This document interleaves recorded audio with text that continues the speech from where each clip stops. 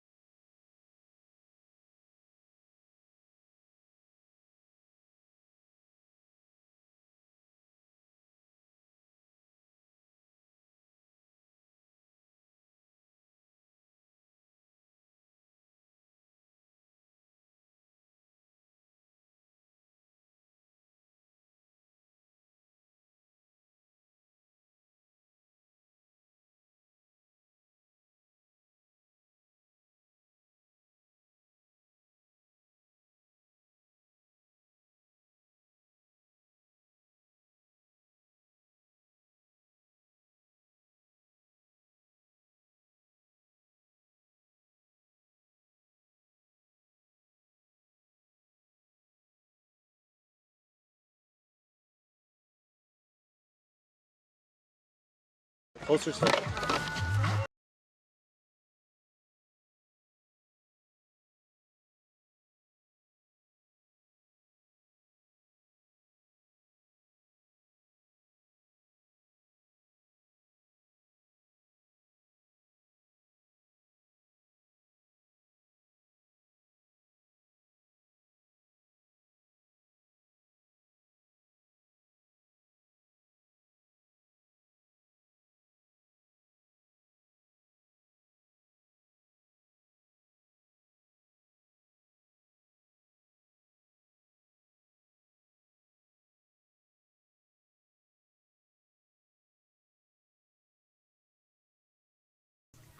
Relax.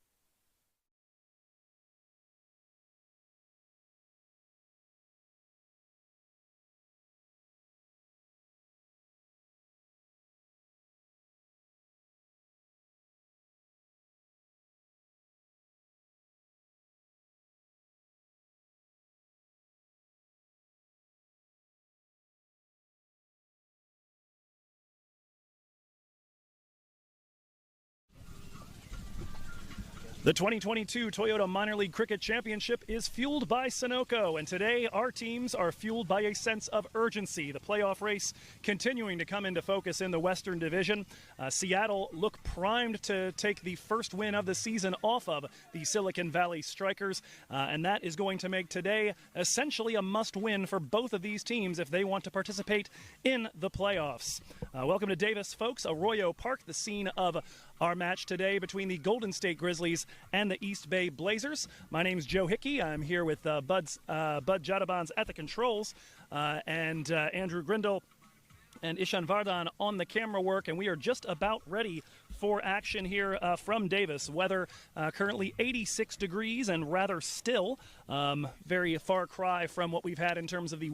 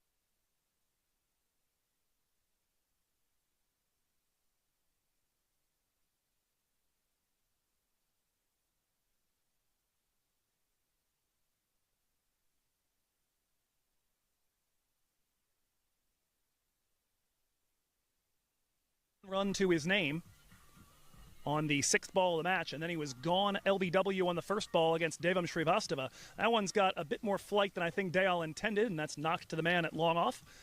That'll be a single to open his account and put Karan Chandel, the lefty, on strike for the final ball of this first over. Chandel, the 31-year-old, so far on the season, a 132 strike rate, average of 27.5 runs per wicket.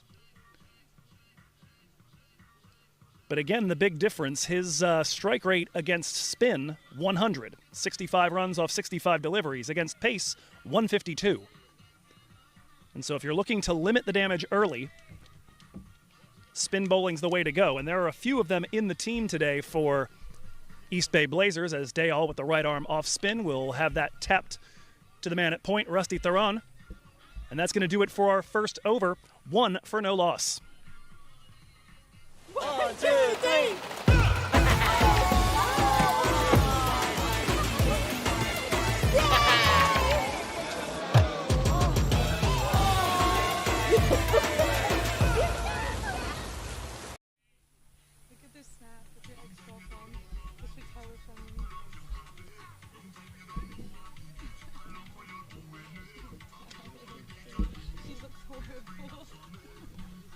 1 over down, just 1 run on the board, and it's going to be Carmi LaRue in his first action in minor league cricket, coming in to bowl from the Sahadeo Pavilion end of this Arroyo Park ground. As he takes his warm-up tosses, LaRue has been battling a meniscus tear that's kept him out of the first month or so of minor league cricket action. He's not the only new man in the team for the East Bay Blazers today. In fact, 3 new faces, albeit compared to the last game. Gurbaksh Khaira back into the lineup along with Rusty Theron back from international duty. And by the way, happy birthday, Rusty, 37 years young today. Those 3 replace Prumjot Panasar, Kulpreet Singh, and Jaran Alfred. Left arm pace coming around the wicket over the wicket rather, from Carmi LaRue to Sammy Aslam. And that is a wide on the first delivery of the over. This will be our first look, as we said, at the South African. 29 years of age, out of Johannesburg.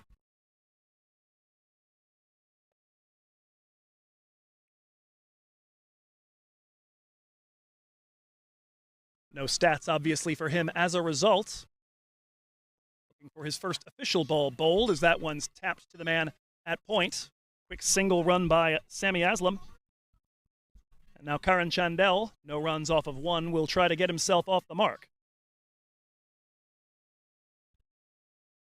Just 1 change for the Golden State Grizzlies compared to their lineup during last week's matchup at Morgan Hill with the Silicon Valley Strikers. They also welcome back a man who's been on international duty for the last 3 weeks, Vatsal Vagela, the top wicket taker in the 2021 minor league cricket regular season. So what a thing to be able to add back to your side. Shehryar Khan making room in his stead, so they'll take out a medium pacer and have a little bit of spin to play with there.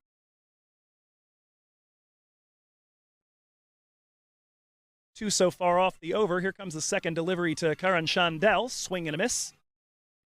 Claimed easily by Sadeep Ganesh. Of course, inside the power play here, fielding restrictions in place. The pretty classic protection in the deep right now. You've got a man at third man, all the way back on the offside behind Karan Chandel, as well as the man who's seeing Chandel's number, man at deep backward square leg. Going to try to take a quick single here as that's dumped into the vacant mid-wicket area. Captain Angie Pereira up with it. Karan Chandel's first runs of the day. These teams coming in going somewhat opposite directions at the moment. Golden State Grizzlies 5-3 on the season. They have lost 3 of their last 5 matches, including their loss at Morgan Hill to these East Bay Blazers. A match in which East Bay bowled them out for 123 and then made a hash of the run chase but got over the line anyway. Aslam tapping that one, another quick single. Oof, direct hit might have had Sammy Aslam scrambling, but it will be another single.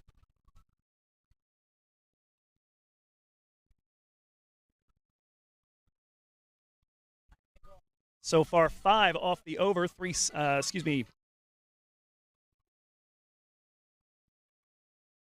wide and 4 singles.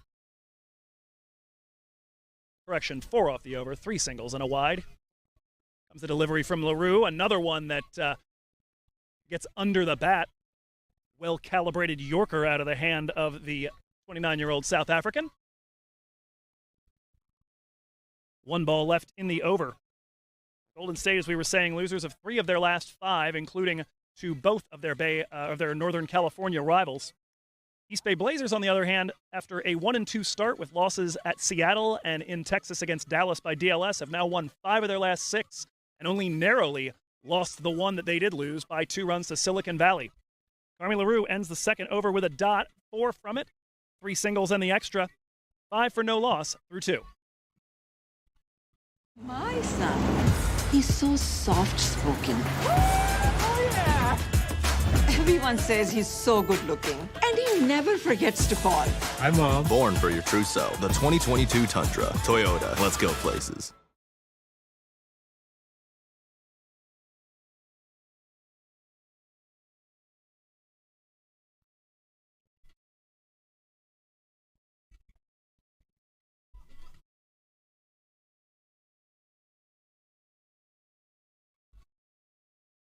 second over of work coming up for Mark Dayal. He will start with the captain Aslam on strike. Tries to give himself a little space leaning back. Cuts it to Rusty Theron at backward point. Dot ball. Knowing the motion that the off-spinner Dayal gets and the issues that Aslam has had with it, Angie Pereira opting for a slip. Vikash Mohan trying to bash that potentially straight into Vikash Mohan's face there is Aslam, but that one too wide. Didn't get a piece of it, but it will be a free run. 6 for no loss. Early days here at Arroyo Park in an important match in the Western Conference playoff race. We will take a look a little bit later at what's going on with Silicon Valley and Seattle. So that one again, another dot ball tapped to Rusty Theron. But we did get a look at it as they reached the innings break. Silicon Valley strikers were bowled out for 94 this morning up in the Pacific Northwest. Jayasuriya, nearly half of those runs, 46 off 36. Here comes the ball from Dayal, and it's straight back to him, and that is the end of Sami Aslam. For the second time this season, Mark Dayal has taken the wicket of the captain. First one falls, another one that just gripped in the surface, popped up a little bit on Sami Aslam, and tapped straight back to Mark Dayal. Barely had to move over to his right to claim that. And just like that, 6 for 1 here at Arroyo Park. The end of the day for the captain, Aditya Srinivas coming out. We'll tell you about him on the other end of this break.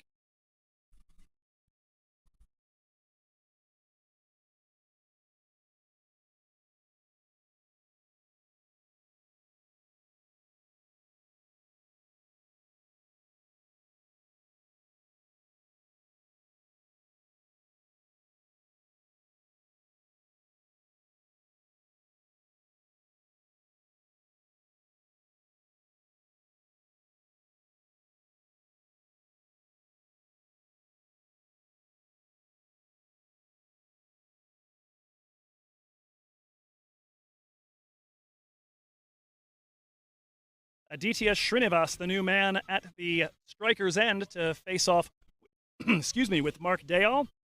So far on the season, Aditya, the under-19 player on the roster for today for the Silicon Valley Strikers. 44 runs against 36 balls so far this season. Pretty similar strike rates against spin and pace as he runs that one down to Vikash Mohan at the slip position, now having moved to the opposite side as we've got the right and left pairing. The first wicket down, though, as we told you, it had been a challenge so far this the last handful of weeks for Sami Aslam to get out of the first over, and we wondered aloud as that one is a shout for leg before, but the indication from our umpire is that it's just a little bit too high. Certainly live, that appeared to be the case as well. Hitting Aditya Srinivas a little bit too high. Srinivas, by the way, has been retired once this season, LBW. That one swung on and missed straight back to Ganesh. And so 3 dots against the new batsman to finish the over. It's a wicket maiden for Mark Dayal in the third, 6 for 1.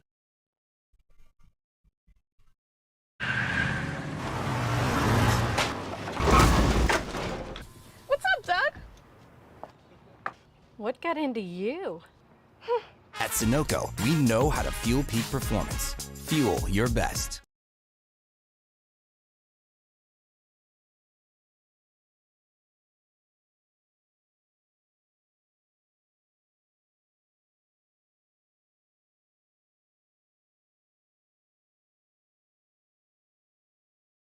Carmi LaRue continuing from the Sahadeo Pavilion end. Karan Chandel will start the 4th over here on strike, 6 for 1. Correction, by the way, I tried to say that we had a wicket maiden there for Dayal. I neglected the wide that he gave up, so 1 run off the over and the wicket of Sami Aslam. Still a rather productive one. First delivery to Chandel is straight through for a dot. Here in these power play overs so far this season, Golden State have been, for the most part, a team that's gone pretty slowly out of the gate. Just 7.3 runs per over inside the power play. They generally amp that up over the course of the innings until they're going at almost 10 per at the death. Another rip by Chandel, and that has taken the middle stump out of the ground. The Zing bails light up, and it's 2 down. Both openers gone inside the opening 20 balls. Carmi LaRue has his maiden Blazers wicket. And after one ball that just narrowly got through the bat of Chandel back to Ganesh, that one finds the timber. 6 for 2. And the Blazers very much on top in the early going.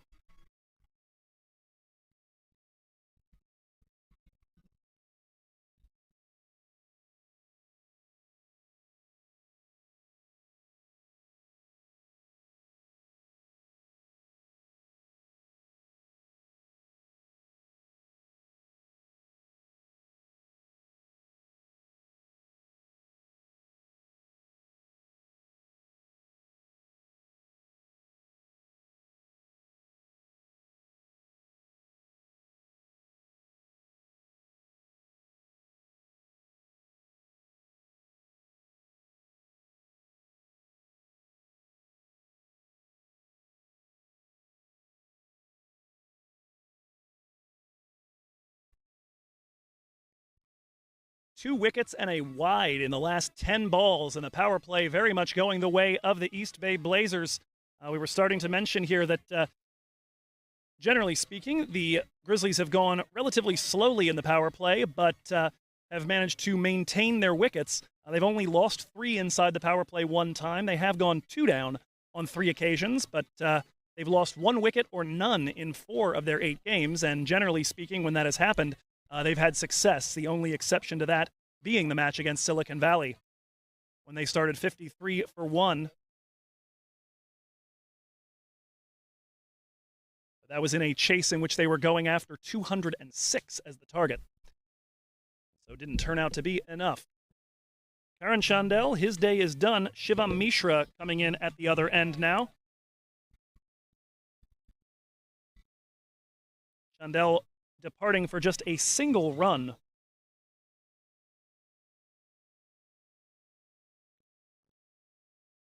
Aditya Srinivas remains at the non-striker's end. We'll give you a quick introduction to Shivam Mishra's productivity so far this season. That one down the leg side, and the signal coming from our umpire of another wide. I'm going to take careful note of that. Can't be a wicket maiden this time, even if there are 4 more dots. Won't make that mistake twice.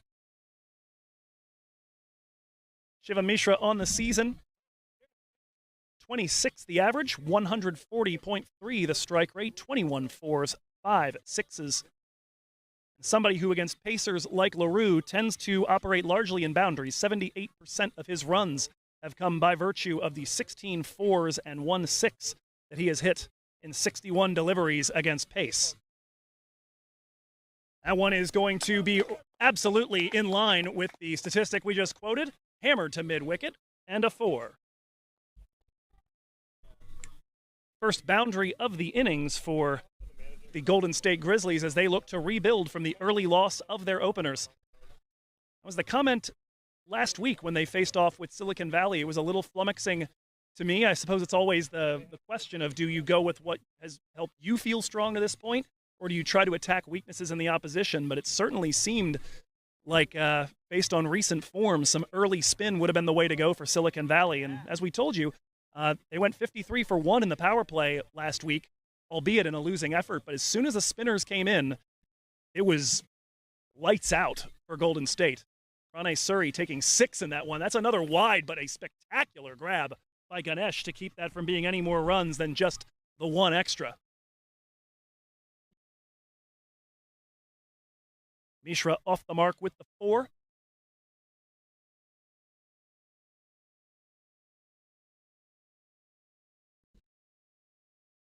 '29-year-old American batsman. Last season, a productive one as well in minor league cricket for Shivam. LaRue with an excellent ball there. Pounding the Yorker into the ground is Shivam Mishra. That'll be a dot. Mishra with 215 runs to his name last season at a 24 average, having picked up largely where he left off here.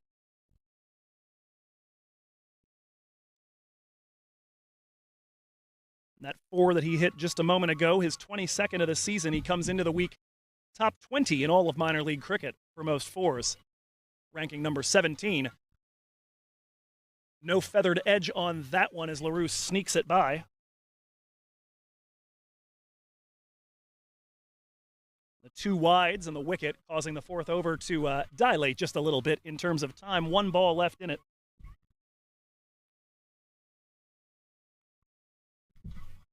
Two relatively fresh batsmen at the crease, but Shiva Mishra, one known for settling in quickly. He's been part of a few big partnerships this year. That one over the top of the man at backward point. Gurbaksh Khaira was inside the circle, and Mishra did well to go aerial and get over him. That'll be a second boundary for the over. Final ball of the fourth. 8 runs from it, but also the wicket of Karan Chandel. 16 for 2.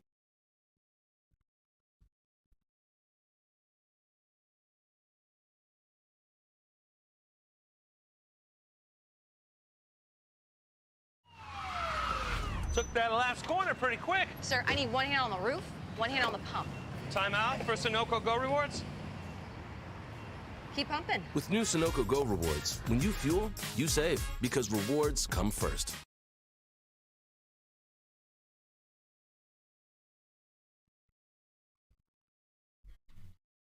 Aditya Srinivas facing his first delivery in a little bit, and he shoots that one just to the side of the fielder at backward point. Gurbaksh Khaira again having the ball just outside his grasp, and that'll be a boundary for Aditya Srinivas to start the fifth. Mark Dayal continues from the Usman Khan end.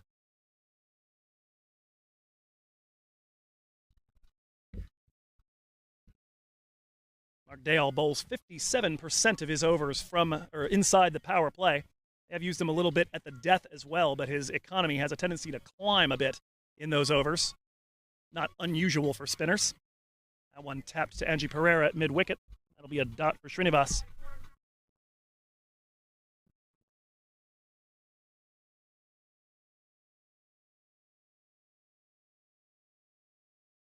We neglected to mention at the beginning of today's encounter here that the East Bay Blazers were winners of the toss, so bowling here on this green wicket, their choice. It is the fourth time out of 6-1 tosses that they've decided to bowl first. So far this season, pretty good when chasing, 4-2 on the season, but Golden State 3-1 when batting first. They have averaged 170 runs when batting first. They've got a ways to go to get to there, but the day is young. Here comes a delivery from Dayal. Srinivas, aerial. There is a man out there in the deep, settling under it, and it is a third wicket inside the power play. Dayal's got 2. Aditya Srinivas gone with just 4 runs to his name. And the wheels coming off early here for Golden State. They are going to have to rebuild in a hurry. We'll see if it's Hamad Azam time here already in the 5th over. We'll take a quick break as the batsmen exchange 20 for 2.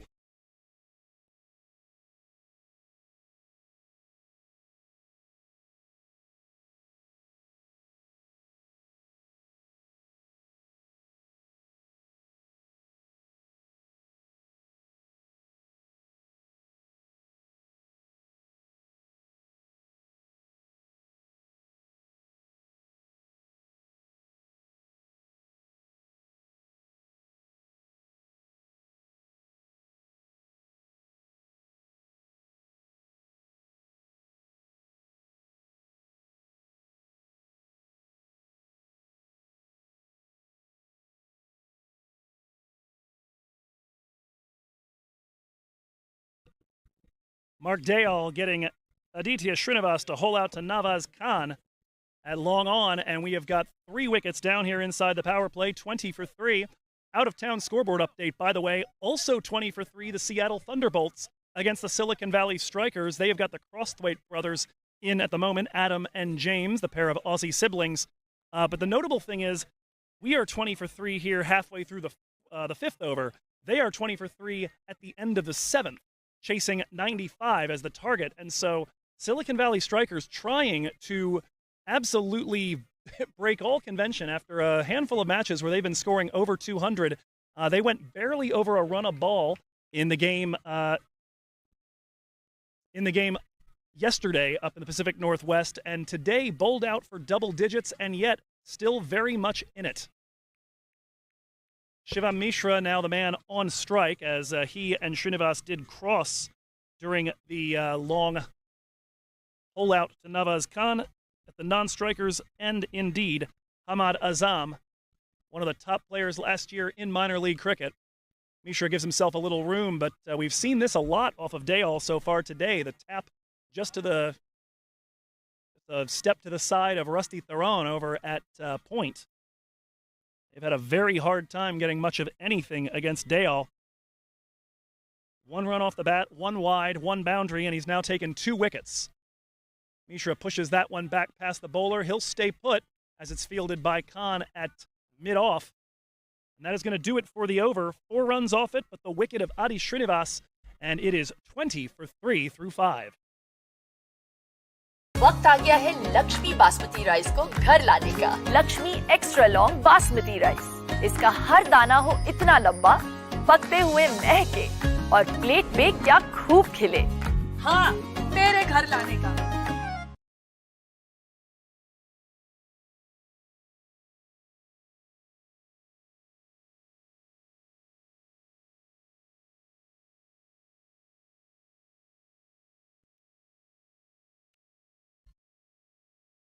A reminder that the 2022 Toyota Minor League Cricket Championships is fueled by Sunoco. Fuel your best. We've got Mark Dayal shot out of a cannon right now at this point in the match. A fantastic opening spell. 3 overs. He's given up just 6 runs and taken a pair of wickets. Carmi LaRue, no slouch for his part either, has given up the bulk of the runs so far. A pair of boundaries to Shivam Mishra, along with 4 in his first over. 3 of those have been extras so far, but he also took the valuable wicket of Karan Chandel. He will give way, however, from the Sahadeo Pavilion end to the returning champion, Rusty Theron. 37-year-old, originally out of South Africa, a self-described small-town kid. He steams here in with the right arm pace over the wicket. The first ball faced, and it's a thick outside edge that will run past Vikash Mohan. At a short third man, they do have protection in the deep, so just a single. And the first... Excuse me, my mistake. I misidentified our new batsman. It is not Hamad Azam, it is Zia Muhammad Shahzad, partnering Shivam Mishra here, and immediately off the mark against Rusty Theron. So it will be Zia Shahzad looking for, well, a bit of a return to form. So far this season, 80 runs off 81 balls faced, high score of a 25 and an average of 10 runs per wicket. That one coming through a little on the short side, a little on the high side, and too high, according to our umpire. By the way, our umpiring crew today, Ravishankar Barappa Gowda and Sundaram Subramanian.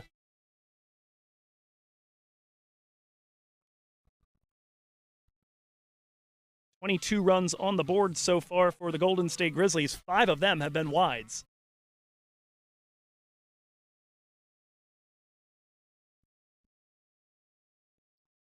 Rusty over international duty was in Bulawayo, Zimbabwe with the U.S. national team. That one, I think, got a piece of Mishra's headgear as he took a swing at that. Bounces to the man at backward point. It'll be a dot ball. Theron, during his international duty, took 4 wickets in his 16 overs of work with the U.S. team, 137 runs. Economy of about 8.6, actually surprisingly in line with his stats so far this season in minor league cricket. He only was part of the 2 games against Seattle. I'll take a moment to tell you about Rusty Theron here as the training staff come out to check on Mishra. As we mentioned, that one did climb on him quite high and got a piece of the headgear. So Theron will take a moment to converse with David White and Camille LaRue, a bit of a South African native conference there. But so far on the season, 7 overs of work in the opening weekend against Seattle, 2 wickets taken for 74 runs conceded. A bit on the expensive side, Rusty's been, but ever a wicket taker and certainly a leader, somebody who has taken up a role in Major League Cricket and minor league cricket of just about everything that you could want. He's a player, he's a mentor, he's an ambassador, he's a scout. been responsible for scouting out a lot of the South African contingent that was here the first season, and he's been a head coach in the academy system here in Bay Area Major League Cricket. All of that after he originally was thinking about trying to go get a PhD in English literature and become a professor after moving to the United States. But according to his interview with Scott Steinberg of Crick America, who's been doing the Road to Minor League Cricket series, decided that at some point he realized, Steve Steinberg, I want to make sure I get that right, realized that he has basically a PhD already in cricket. He may as well put that to use. Another dot ball after the delay.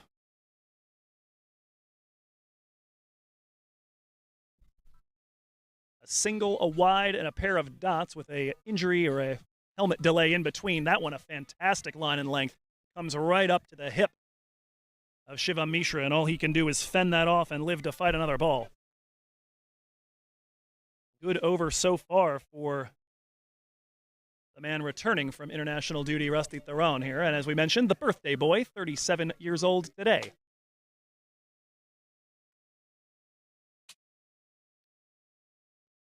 Two balls left here in the power play. Protection at the usual spots, deep third man and deep square leg. That one is where there's nobody.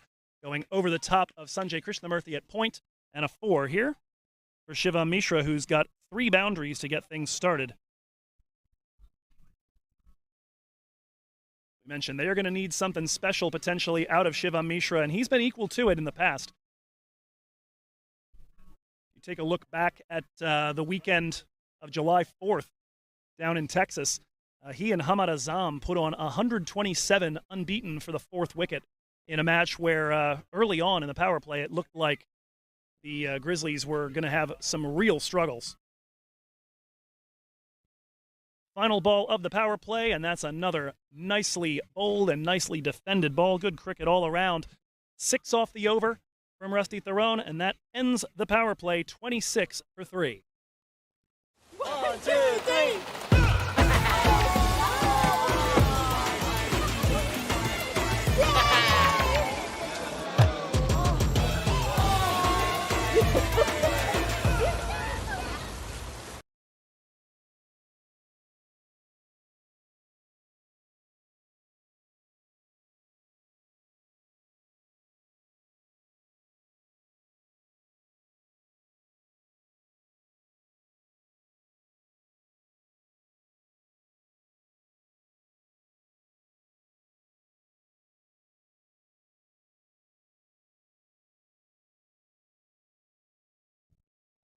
A review for those who may have just arrived. 26 for 3 at the end of the fielding restrictions. Sami Aslam managing just 3 off of 10 before he was the first victim today of Mark Dayal caught and bowled. Karan Chandel just a single run off of 7 deliveries before he was clean bowled by Carmi LaRue. First delivery of the 7th over tapped over to David White. It is the captain, Angie Pereira, bowling himself here in the 7th. Pereira on the season, a 6.43 economy. He has had his issues inside the power play, but has been lethal at the death and pretty solid in the middle overs. 8 wickets taken on the season at an average of 22.5. Mishra with a baseball swing there, and that is roped to the right center field gap, if you prefer that sort of linguistics, which I imagine if you're tuned into this, probably not. We'll call it what it is, as long on. Maybe between long on and mid-wicket. Either way, no doubt about that one.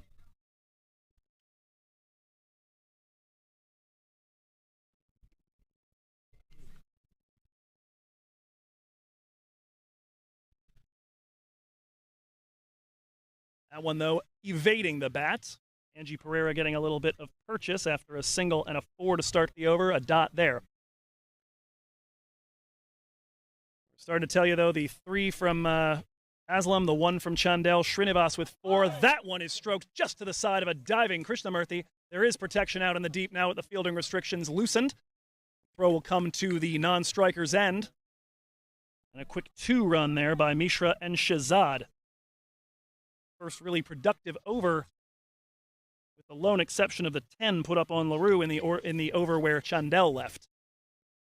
Left arm spin over the wicket. That one got a bit more height there, and we did hear early on from Ryan Sahadeo that this might be a bit of a bouncy wicket. The green top might lead you to believe you're going to get some skid, but he said bouncy, and I believe it now. That one clearly a bit higher than expected for Mishra. He'll tap that one to the back 45, and no one there to prevent the quick single to end the over. 8 runs from it. We go to the 8th, 34 for 3. My son, he's so soft-spoken. Oh, yeah! Everyone says he's so good-looking, and he never forgets to call. Hi, Mom. Born for your true self. The 2022 Tundra. Toyota. Let's go places.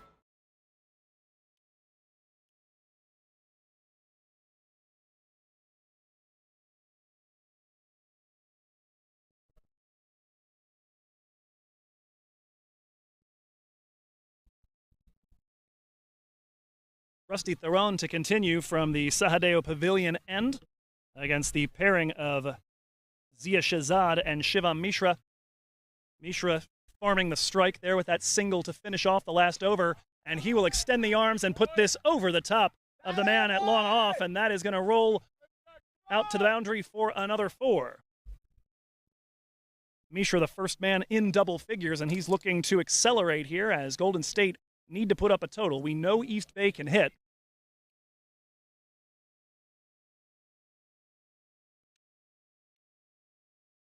In the matches in which they've decided to bat first, East Bay have averaged 183. We saw them nearly chase down 196 against the Silicon Valley Strikers just 2 weeks ago.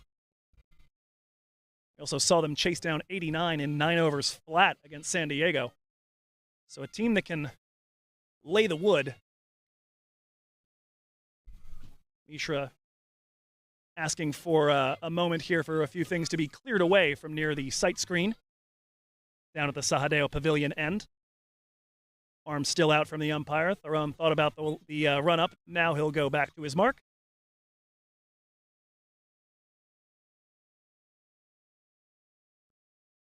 That one cramping Mishra for space, but he'll run that down to third man for a single and give Zia Mohammed Shahzad the strike. We're starting to mention Zia Shahzad. A bit of an up-and-down season for him. Last year, he was in the argument for being the top all-rounder in the entire tournament. 381 runs to go along with a ton of wickets.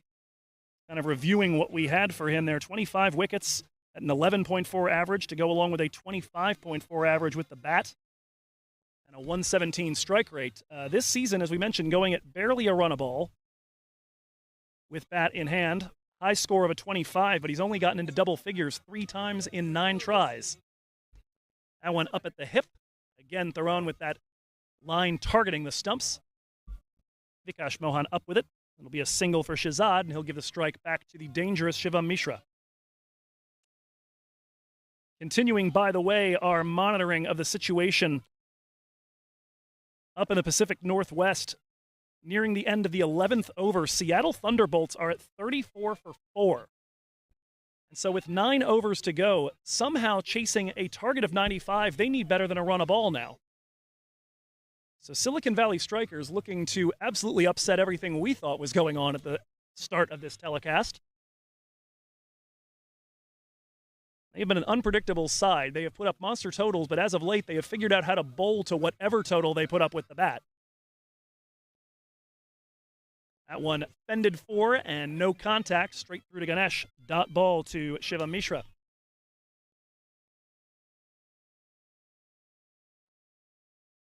This East Bay team here, possibly with the most roster churn of anybody in the Western Division besides maybe San Diego. But it's impressive what they've managed to put together here, this 6-3 record, considering that they lost their 2 most prolific batters, their top wicket taker, and their 2 best fielders over the course of the offseason. Sujit Gowda, Chad Bose, Josh Dascom, Mario Ramprasad. Lots of big losses for this team, and hardly any Rusty Theron. That one is at least deflected by Sanjay Krishnamurthy. I think he saved a 4. Throw coming down to Ganesh's end. Not in time to beat the quick 2 taken by Mishra and Shahzad.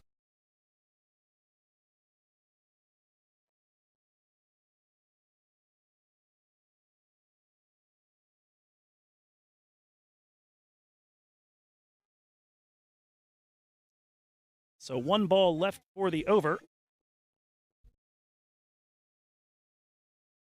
41 for 3 here as that 2 taken by Mishra and Shahzad. Here comes the final ball of the over, thrown over the wicket, targeting the stumps. Tapped over to the man at mid-on, Carmi LaRue, and that's going to do it. Another single here to finish things off, and that is going to be 9 from the over, 42 for 3.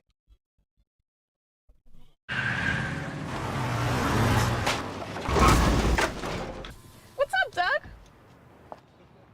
What got into you? At Sunoco, we know how to fuel peak performance. Fuel your best.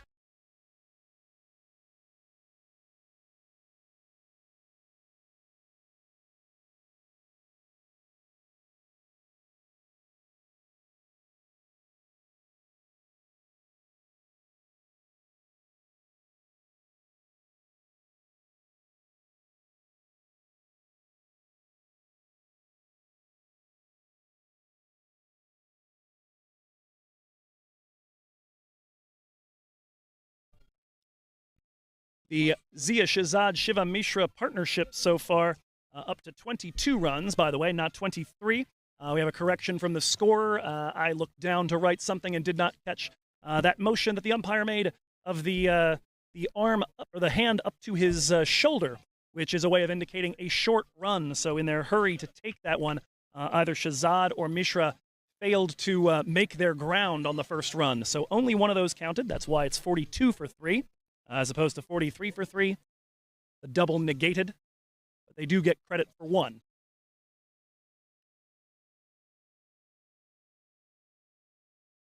Arshdeep Brar into the attack now, coming at you from the Usman Khan end. First delivery to Mishra is tapped into the ground. That'll be a dot. We're here in the 9th over. Quick little note, by the way, about the... Oh, my goodness, that is drilled by Shiva Mishra and targeting the yards of the houses on Imperial Avenue. Mishra absolutely tattooing that. And a bit of an unusual thing for him, at least on the season. That is just his 6th 6 of the year, but worth noting that when he wants to go aerial and long, he targets spin. That is his 5th 6 of the season against a spin bowler. And we're going to need a little bit of time to bring out, I believe, a new ball, because that one, I think, actually did get over the fence. You don't usually get to say that in cricket here. Normally there's a rope boundary, but it appears we have lost that ball, possibly being gnawed on by a neighbor dog at the moment. And so we saw a bit of that last season. But if I recall correctly, Arshdeep Brar put on a show. In fact, the man who just bowled that one had a quick-fire 52 in a loss to the Golden State Grizzlies, the final game of last year's regular season. But it was a show. It was a lot of fun for a little while there, just unable to finish off the chase in that game were the East Bay Blazers. They're looking for better. They have an opportunity here to sweep this season's series against the Grizzlies and even up their all-time series against them at 2-2. Last year, the Grizzlies didn't lose to anybody except for the Silicon Valley Strikers. The problem for them is they lost to them 3 times, the last of which was in the Pacific Conference Championship game and led to the end of their season. Speaking of those playoffs, a quick note here. So if we assume that Seattle is going to eventually figure it out and take care of business against Silicon Valley, although, as we noted, they now need to go at better than a run a ball for the final 9 overs. But if we were to assume that today, as we said, is a big day for these two teams, East Bay can, at least according to the cricket sims from our good friend Tom Nielsen, can increase their odds of making the playoffs to 35% with a win here, even if Seattle does beat Silicon Valley. These two teams, by the way, very much cheering for Silicon Valley to somehow hold on to 95, because that would give Seattle their 3rd loss of the season and would allow the opportunity for today's winner to draw level with them, at least in the loss column. But assuming they do manage to win, 35% chance of making the playoffs for East Bay if they win today, only 11% if they don't. And it's even more dire for Golden State. They really need Seattle to blow that chase up in the Pacific Northwest. Golden State would have a 10% chance of making the playoffs even if they win here today. if Seattle managed to win that game, and they would be at 1% chance if they don't. It would practically be the end of Golden State's realistic chances of making the playoffs if they can't win here today. A single taken by Shahzad after the lengthy delay to select a new cricket ball. Arshdeep Brar, now a little better rested, will dig in against Zia Shahzad. 48 for 3, now 49 for 3 after the single, as we approach the halfway point.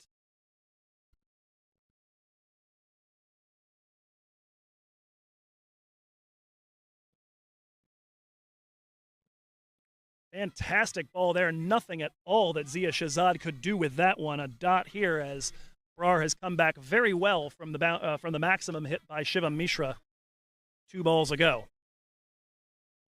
Right arm off spin over the wicket. Tapped to the man in the inner circle there, Angie Pereira. Another dot ball. Important thing here, you can give up the occasional boundary. There are definitely power hitters in this lineup, but you've got to come back strong.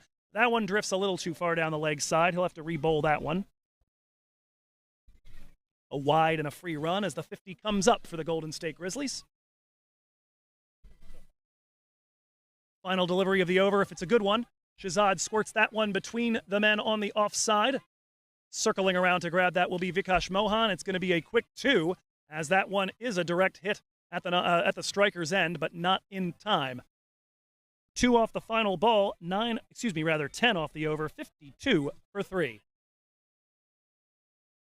वक्त आ गया है Lakshmi basmati rice को घर लाने का। Lakshmi extra long basmati rice, इसका हर दाना हो इतना लंबा, पकते हुए महके और प्लेट पे क्या खूब खिले। हाँ, मेरे घर लाने का।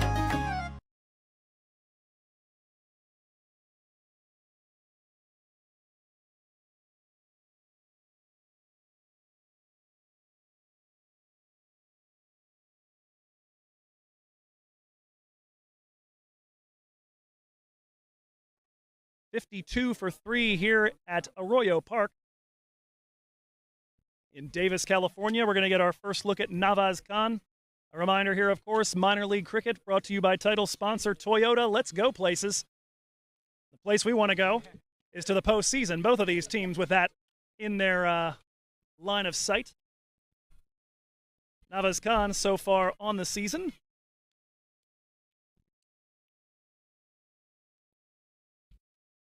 has bowled 29 overs, 9 wickets taken, an economy of 8.62. That one is tapped to the onside near square leg. Zia Shahzad wanted to try to take a second here off the new man Navaz Khan, but sent back by Shivam Mishra.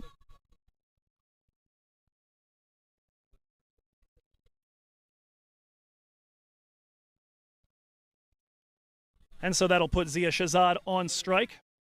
By the way, update coming to you again from Seattle. 60 runs still needed for Seattle Thunderbolts. They've only got 50 balls to get them, and they are now 5 wickets down with James Crosthwaite and Rishi Bardwaj at the crease. Silicon Valley Strikers trying to maintain that unblemished record and push it to 10-0. Dot ball here as that's tapped to the onside by Shahzad. We were telling you a bit about what it would mean to the playoff chances if the Strikers were to lose today. If they win, and East Bay managed to win here, they would push their likelihood of making the playoffs to 59%, according to Tom Nielsen's Cricket Sims. Golden State could only get as high as 20% with a victory, but it would be a far cry from what they'd have otherwise. There's that bouncy surface we heard about, and that one too high as judged by the square leg umpire. That'll be a wide.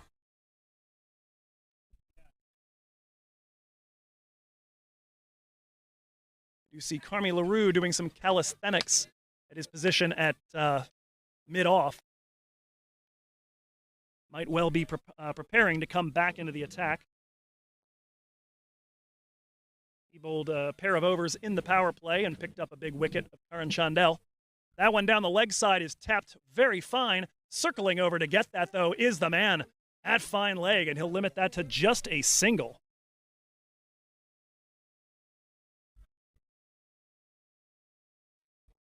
Very impressive work there, I believe. Usually that would be Navaz Khan back there. Today they've got too many folks in the floppy hats. I can't tell who's who when they're that far away. I knew it wasn't Khan this time because he's got the ball in hand and he's standing right in front of me.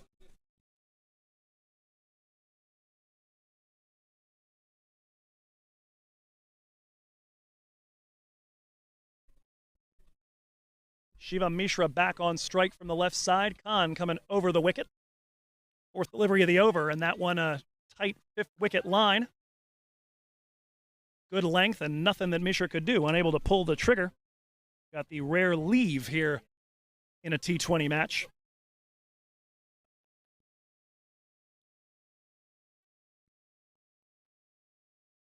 We continue to keep an eye on things up in Seattle, but here the substance of it is a solid partnership developing here between Shiva Mishra and Zia Shahzad.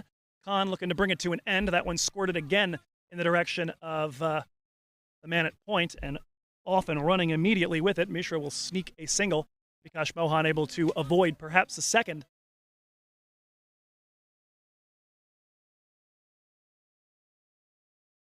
One ball remaining here in the over as the protection around the field.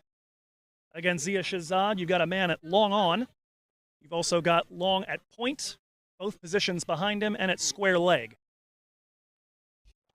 That has the sound of a good shot, but has not traveled nearly as far as I think we thought it would.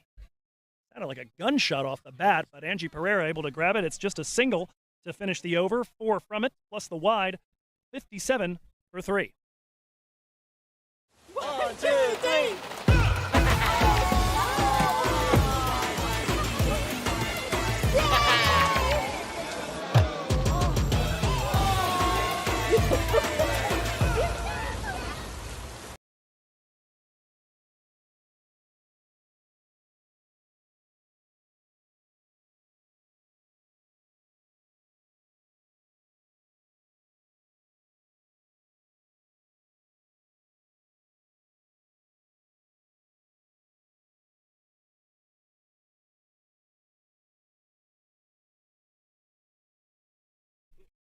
Halfway home, 57 for 3.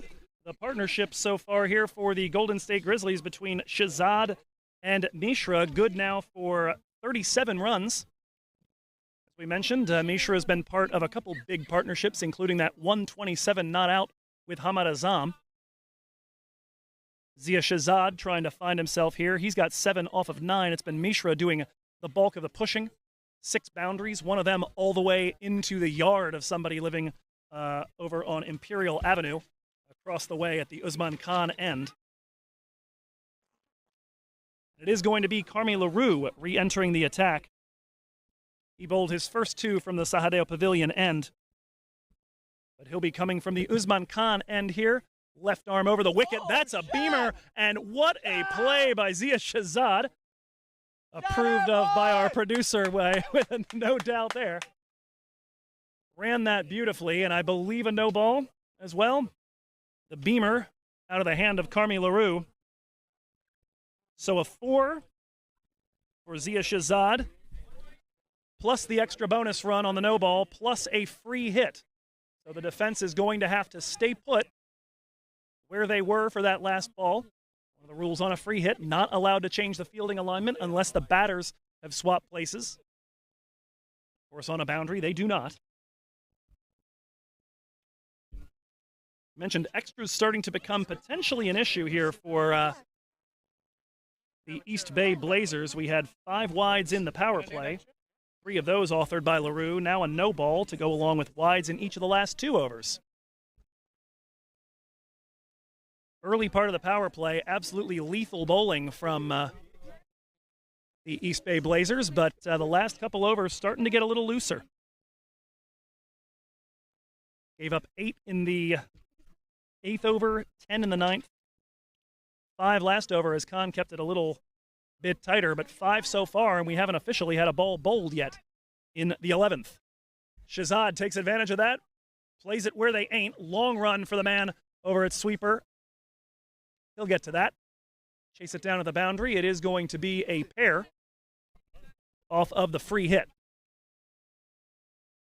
Shahzad did a decent job of splitting the fielders, but didn't quite time that as well as he might have liked to reach the boundary rope. So an eventful 7 runs off of the first official ball of the over, 64 for 3 now. As Golden State looked to turn on the juice, and we told you at the outset, phases of play-wise, this is a team that tends to accelerate smoothly over the course of an innings. That one back behind Shahzad, he'll tap that to the vacant area at square leg and take a single.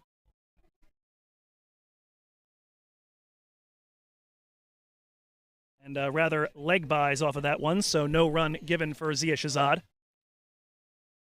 Turned and tried to get the bat on that one, but unfortunately for his scorecard, just got a pad to it. LaRue looking to battle back. So far, the biggest overs have generally been off him, or the biggest over, I should say. Gave up 4 in his first over, but then 10 off his second. That one run down to third man by Shivam Mishra. That'll be a quick single. Zia Shahzad, 6 runs already off the over, back on strike. Shahzad now for the season with a 100 strike rate. Came in 1 run shy of a run a ball. He's 1 run past a run a ball now. 93 off 93. As we mentioned, Mishra trying to push the pace a little bit, but sees that Shahzad has got the time of Carmi LaRue right now, so he'll give it right back to him. Coming around the wicket, and that is lashed towards the sight screen. The only question is whether it got over on the fly. It didn't. Took a bounce, but another 4, second boundary of the over for Zia Shahzad. And that's starting to look a little bit more like 2021 Zia Shahzad right there. 2 balls left here in the over. That 4 bringing up the half-century partnership for Mishra and Shahzad. Shahzad came in at 20 for 3. Desperate strokes for Golden State. Better line there from LaRue as he busts that in on the body of Shahzad. Forced to bat it into the turf, and he'll face the final ball of the over.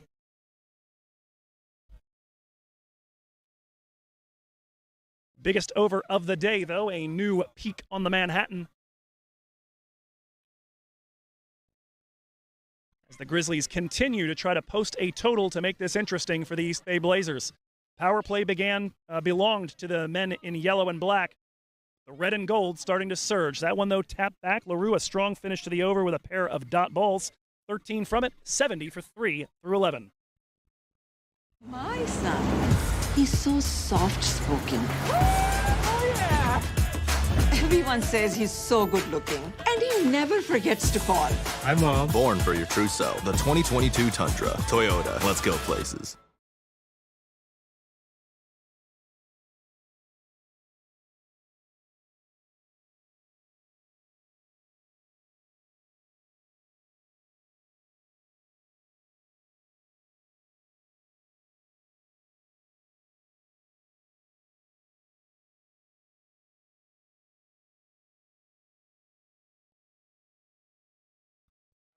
.50 runs on the board so far between Shahzad and Mishra.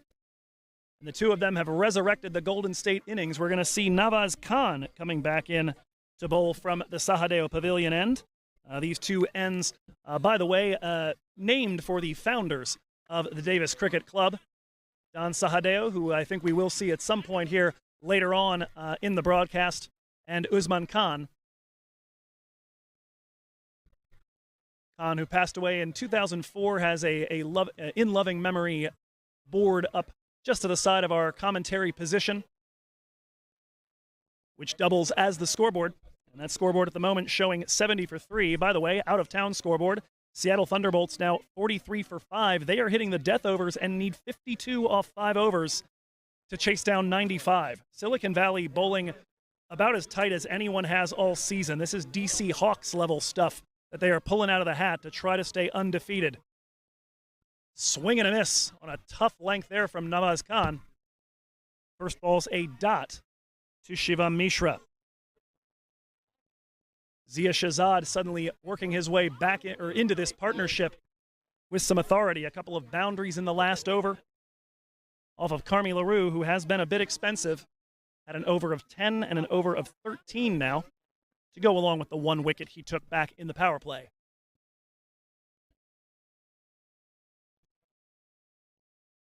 That's a bit of a mishit up in the air. Chance for it at fine leg, rather third man, and it's going to get under Gurbakshkaira and spin to the boundary. I do not think that is anywhere near where Shivam Mishra wanted that ball to go, but it works out for him. And when you're in form, sometimes the breaks go your way. Shivam Mishra on the season, a pair of big scores. He's had an 83 and a 48. At 48, though, speckling a recent run in which he has barely gotten himself into double figures twice and was dismissed 3 off of 5, looking to work his way back into how he felt early in the season. Khan steaming in. Big swing and a miss, and a one-handed stab by Saideep Ganesh.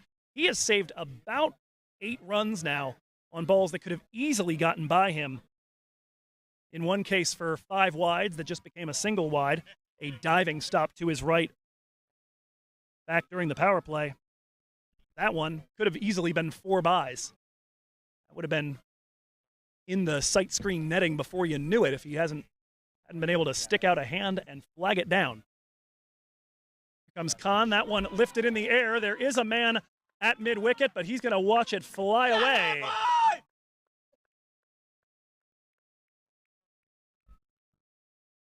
Enthusiasm here from the growing crowd at Arroyo Park in Davis. That one right there, an early contender for Dafanu's shot of the match. Keep an eye as well on our social media channels at MIL Cricket on Twitter, at MILC USA on Instagram and Facebook, and of course the MLC Network here on YouTube. Of course, you know that one. You're here. Keep an eye on those social network channels as well to vote for the Dafanu's shot of the week. Over the course of next week, we've seen some good ones here so far. Zia Shahzad, a couple that have had that elegant look and that good sound. That one, though, from Mishra, a 6 that very nearly found its way into the creek. 5th ball of the over coming from Nawaz Khan. A stab at it, and that'll run down to third man for a single. Gurbakshkaira up with it. 11 runs off the 5 balls faced there for Mishra, and he'll leave the last one of the Nawaz Khan over to Zia Shahzad.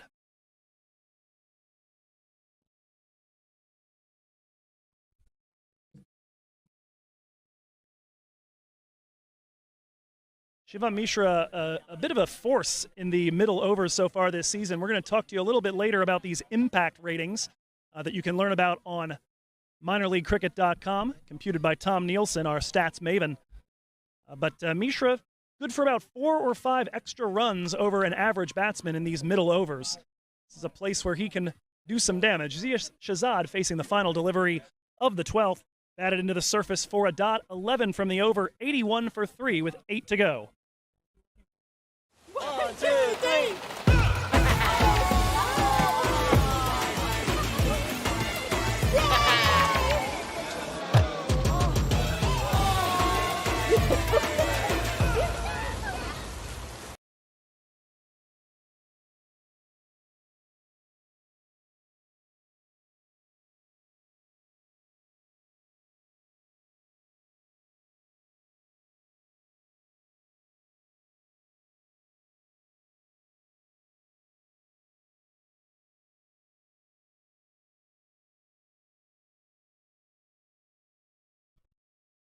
The 61-run partnership between Shivam Mishra and Zia Shahzad continues to motor along. They'll be facing off with Arshdeep Brar here in the 13th over. As we mentioned, Mishra has been part of one big innings resurrecting partnership already this season. The righty over the wicket, Arshdeep Brar, trying to bust Mishra in at the ankles. Works that away for a single. As we continue to monitor Silicon Valley, Seattle, 49 for 6, another wicket down for the Seattle Thunderbolts. They've got James Crosswaite and Jagrup Raina now at the crease, the last 2 recognized batsmen in that squad. And they need 46 off the last 23. They are up to the point now of needing 2 runs a ball to chase down a target of 95. Shahzad getting some room with the arms. Krishnamurthy over his shoulder, a diving attempt, but he can't haul it in. The young man, Sanjay Krishnamurthy, made some fantastic ground to get in the vicinity of that, but at the end of the day, just unable to make the catch. It'll go down as a single. Good work there from Andrew Grindle at the camera work to make sure you got a look at that attempt. 2 off the first 2. Arshdeep Brar again. Good length. That one comes up about navel high. Mishra forced to stay put at his crease with a single.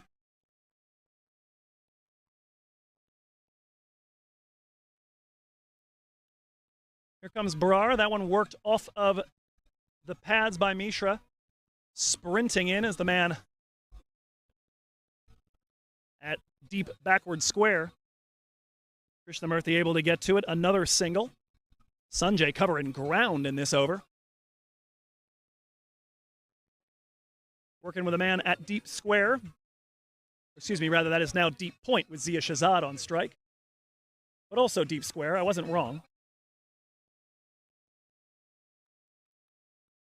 They also have protection at deep backward square. That appears to be backward square and mid-wicket now that I'm getting a better look at it. Also long on, long off. All the protection in front of Shahzad. Looks to stand and deliver, and again, good work by the men in the circle. Angie Pereira able to cut that off. A dot ball here. Just 3 off of the 5 so far for Brar.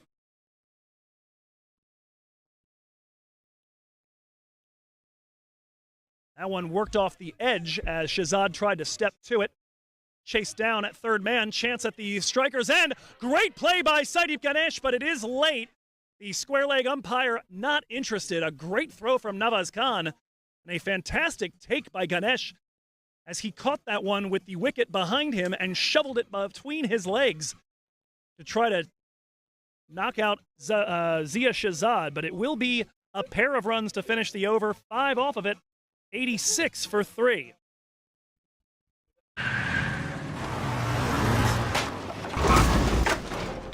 What's up, Doug?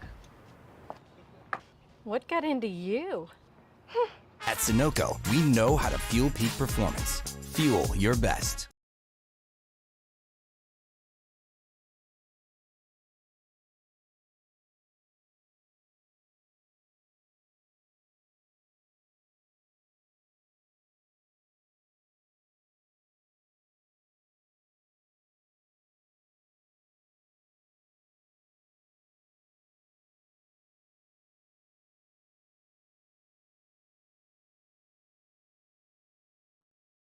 .86 for 3, 7 overs to go here in our first innings. The Golden State Grizzlies have done well to dig out of a 20 for 3 hole. The partnership now sitting at 66 runs for the 4th wicket between Zia Shahzad and Shivam Mishra. And it'll be Mark Dayal to face off with Mishra first at the striker's end. This will be the final over of the day for Mark Dayal, who has so far put together sterling figures of 2 wickets for just 6 runs off his 3 overs inside the power play. It's a hard ball there. That one lifted and will make it to the ground in front of Nawaz Khan. A single for Shivam Mishra, and that brings up the half century for him. 2nd of the season for Shivam. Nope, correction. Sorry, I had the wrong guy on strike. My mistake. That was just Zia Shahzad with that single. Hold everything I just said, and we'll see if it becomes true in a moment here. There's the ball worked in the vacant mid-wicket area, and there is the 50 for Shivam Mishra. Second time I've nearly jinxed a guy right before he got his 50. At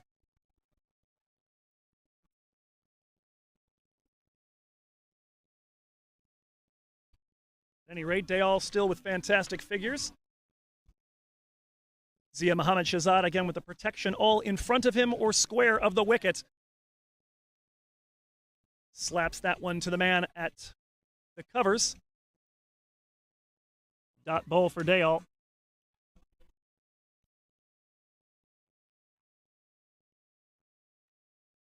My mistake. I think maybe what confused me beforehand was that Mishra didn't take a run off that first delivery that fell in front of Nawaz Khan. So just 1 off the first 4 balls here faced by the Grizzlies against Dayal, and he is he's going to try and finish off his stretch here with figures in single figures. Swung on and missed as that one had a bit of width to it. 1 ball left in the Dayal spell. 2 wickets for 7 runs from him. He's been a big part of keeping this under control. Also a helpful fellow, as he's going to tie the shoes of Shivam Mishra over here at the non-striker's end. Of course, a little bit of a challenge to get to the shoes when you're all padded up. A lot of stuff in the way.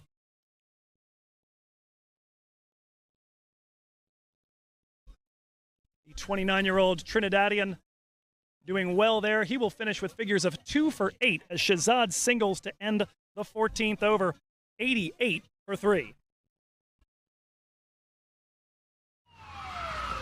Took that last corner pretty quick. Sir, I need one hand on the roof, one hand on the pump. Timeout for Sunoco Go rewards. Keep pumping. With new Sunoco Go rewards, when you fuel, you save, because rewards come first.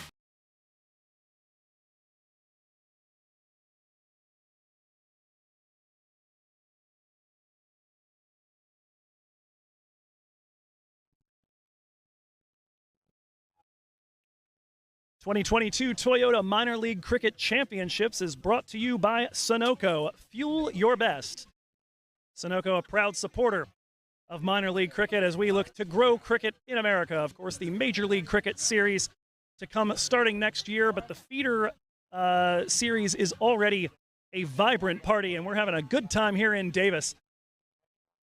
An excellent battle between ball and bat has left us at 88 for 3 through 14 overs. The end of Mark Dayal. We have seen the last of him for at least the bowling portion of the innings for the East Bay Blazers. He will feature quite prominently in the batting side as well, as Arshdeep Brar stays on from the Usman Khan end to face Zia Shahzad, and that's got the right sound just over a leaping Rusty Theron at long on.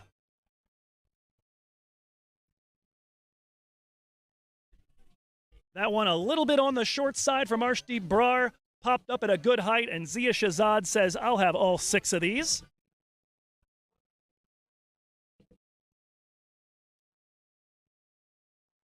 Having a scan down the scorecard at the bowling for East Bay so far. We mentioned Dayal 2 for 8. Carmi LaRue's been a bit expensive as Shahzad again looks to pull that one towards square leg. Protection at the boundary, and that'll just be a single for him. Bringing Shivam Mishra on strike. Mishra with 50 off the 39 he's faced. As we said, his second half century of the season. His high score in 83.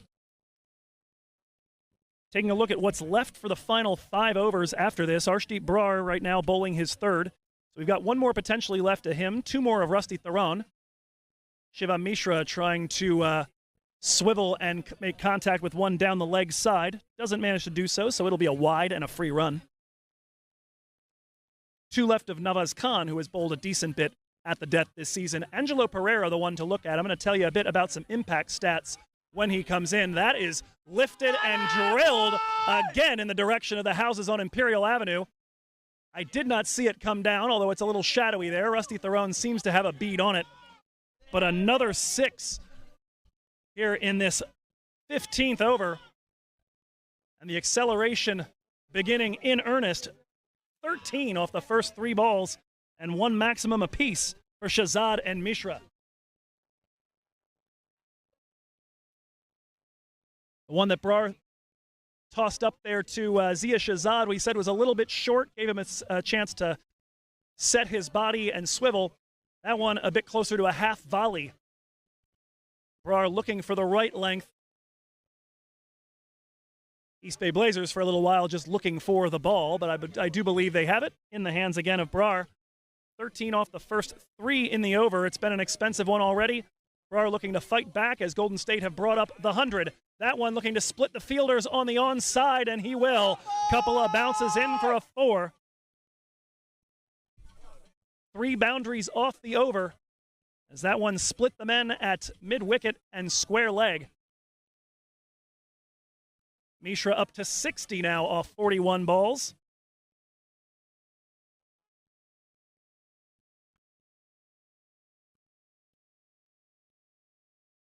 Both Mishra and Shahzad want to be around for the big acceleration now. That one pushed to the side of the man Gurbaksh Khaira at long on. He'll make the play out of the boundary for a single. And the final ball will go to Zia Shahzad.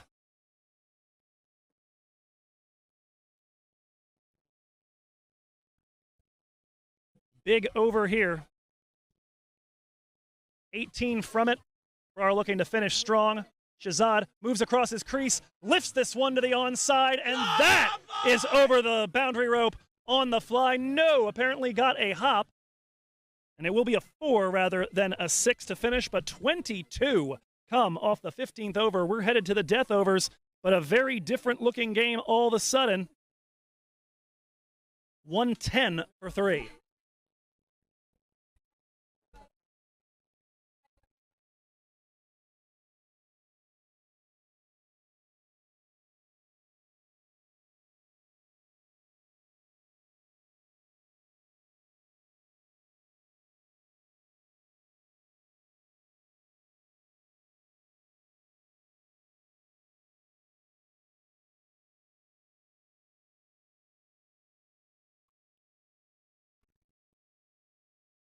Zia Muhammad Shahzad and Shiva Mishra, each with a 6 and a 4 in the last over. 23 from it, 111 for 3 as we hit the death overs. Both of them authoring a handful of candidates for our Daphnews shot of the match today. It's going to be Carmi LaRue from the Sahadeo Pavilion end to face off with the partnership that no one has figured out how to break. Now 91 runs from it between Mishra and Shahzad. There have been just 19 century partnerships this season in minor league cricket. Mishra looking to make it 20 and be part of 2 of them. That one, though, a chance for a leg before. Nothing given by the umpire. I believe going down leg.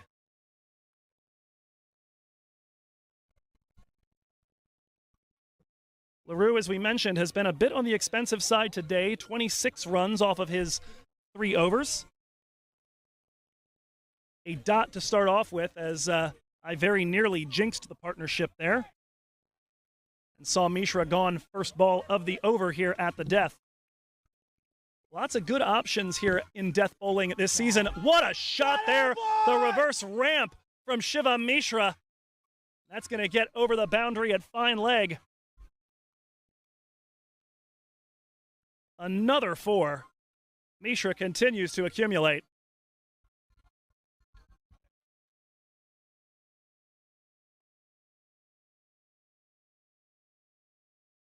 And the Blazers just looking for a solution right now to a partnership that has begun to put this match into a precarious situation for them. Here comes the lefty LaRue. Full toss, that one delivered between the fielders on the onside. A diving attempt, but unable to flag it down is Mark Dayal. Working his way around from cow corner. It's another 4.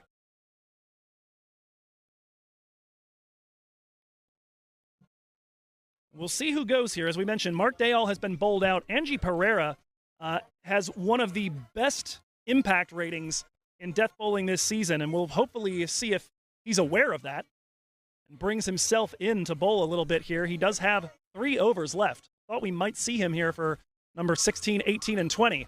Worked off the toes. That one to the man in the back 45, Rusty Theron. It is a leg by.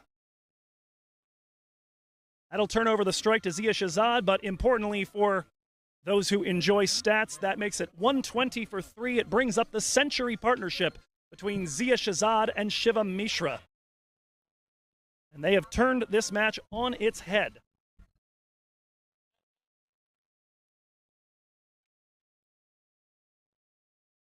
Managing those 100 runs in about 11 overs. Going at a bit over 9 runs per. And a match that looked like it was well and truly getting away from the Golden State Grizzlies in the early going has swung in their favor. Looks like we've got a bit of a bat check going on here for Zia Shahzad, so we'll take the opportunity to check in with what is going on in the Pacific Northwest. And the answer there is that it's just about done and dusted. Seattle Thunderbolts 60 for 8 with 6 balls left. They would need 35. They would need 6 sixes. A Malhotra, as we call it around these parts here in the United States. in order to win their match against the Silicon Valley Strikers. And so despite being bowled out for the first time all season for just 94 runs, Silicon Valley are going to maintain their undefeated start. LaRue coming around the wicket. That one run back past him. Brar up from long on. Just a single there for Zia Shahzad. One ball left in what's been an expensive over. So we'll reiterate then what that means. With Silicon Valley winning, that boosts both teams' chances roughly by a factor of 2 of making the postseason, based on Tom Nielsen's cricket sims. We'll tell you what they're playing for in a moment. That one again, a shout for LBW. Chance for a run out. The ball tossed in, waiting on the signal from the square leg umpire, and he's having none of it. A bit of chaos here, as there was the shout for LBW. Perhaps the ball a bit too far to the offside on impact, as Mishra had walked across his stumps. Mishra took off thinking about trying to take a leg by after that, and the man at short point came in and tossed it to the stumps. Had the direct hit, but not in time. So much ado about nothing there as that over comes to an end. 10 from it, 121 for 3. वक्त आ गया है Lakshmi basmati rice को घर लाने का। Lakshmi extra long basmati rice, इसका हर दाना हो इतना लंबा, पकते हुए महके और प्लेट पे क्या खूब खिले। हाँ, मेरे घर लाने का।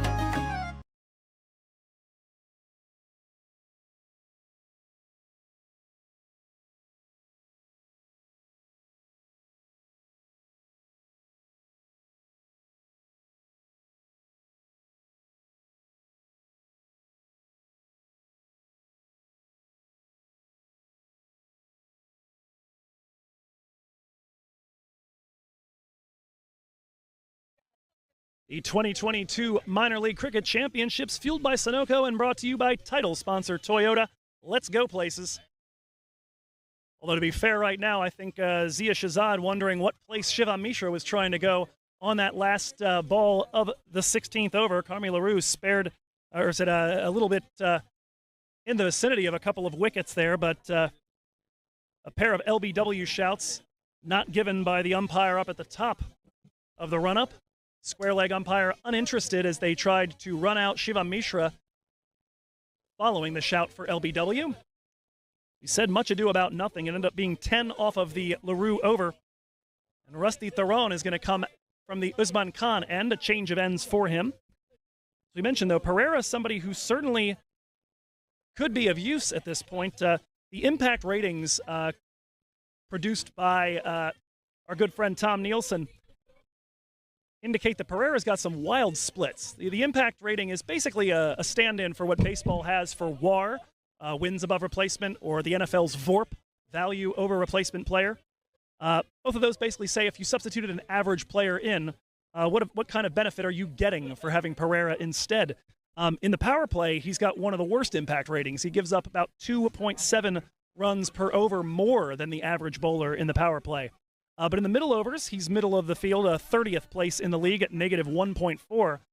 But he's the 15th best bowler by impact at negative 2.39 runs per over at the death. And we haven't seen him yet for either of the first two. They're going to go to Theron here from the Usman Khan end.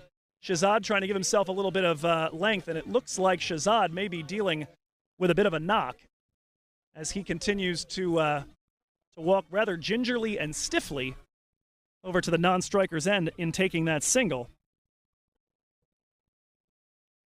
That'll put Mishra on strike. So far today, Shivam Mishra, 69 runs off 47 balls, 9 fours and 3 maximums. Excellent day at the office for him as he and Zia Shahzad have authored a 100-plus partnership to try to change this match all the way around. Even still, with 4 overs left, it is 122 for 3. A lot of wickets in hand, but they do probably need to be targeting something in the 160, 170 region if they're going to get it done here against East Bay. Theron stops his run-up. Rusty so far given up 14 runs off of his first 2 overs, still looking for his first wicket since the return from Zimbabwe. Would be his favorite kind of birthday present today on his 37th. That one lifted to long on, and Pereira is going to have to watch that one disappear into the underbrush. A 6 for Shivam Mishra, his 4th maximum of the innings. And he is dealing in boundaries. We told you back at the start of his innings that he was somebody who, by and large, especially against pace, scores a lot of his runs off of boundary strikes. 78% of his runs off of pace have been by way of 4s and 6s.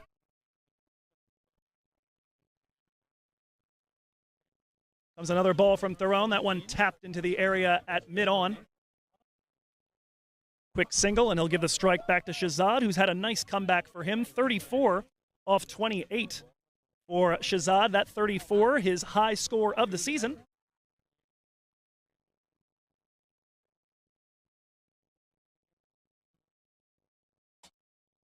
Last year, he chalked up a 74 not out for his high score in his minor league cricket career. If he really gets crazy, there might be enough time for that. 3 balls left in the over, 8 already from it. 129 for 3 as Theron lumbers in from the Usman Khan end. That's a tough one there. Nasty line, great length. Shahzad caught in about 3 mines on that one. Unable to make contact, and probably lucky for that. It likely would have been a feathered edge right back to Saideep Ganesh.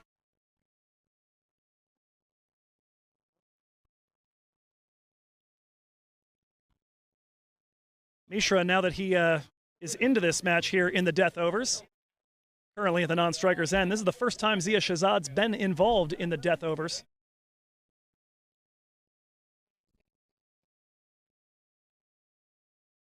To the man at deep mid-wicket, a one-handed snag, and I think he kept it inside the boundary rope, saving 5 runs. Is Vikash Mohan over a deep mid-wicket. What a play by the man from Trinidad and Tobago.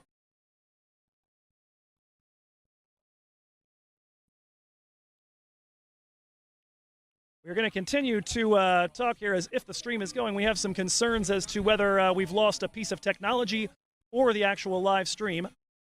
Either way, if necessary, I'll continue to describe things a little more vividly if necessary. 2 balls left in the over. Rusty Theron with Shivam Mishra on strike. Zia Shahzad just deprived of what would have been his 2nd maximum of the encounter.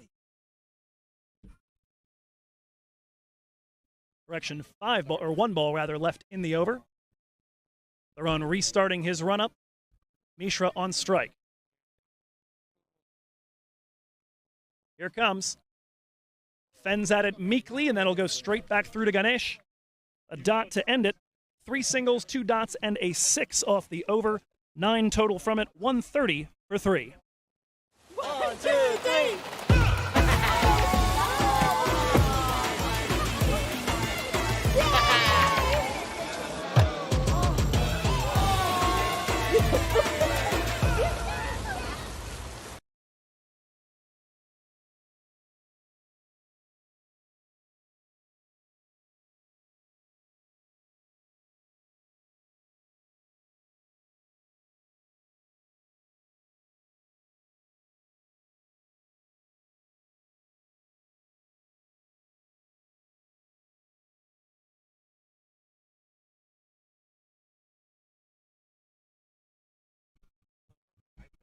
Three overs left here in this first innings, and the Golden State Grizzlies have pushed the total all the way up to 130 for 3, as we mentioned before, likely targeting something in the 150-160 region.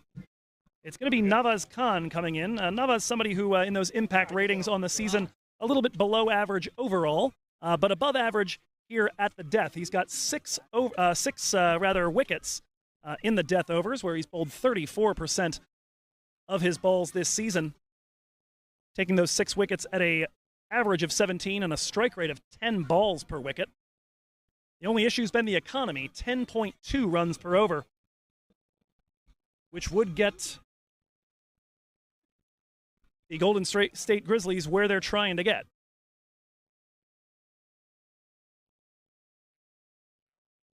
Taking a look here at the scorecard, by the way, Rusty Theron's got 1 over left. Angie Pereira, 3. He went for 8 in the 1 over that he did bowl.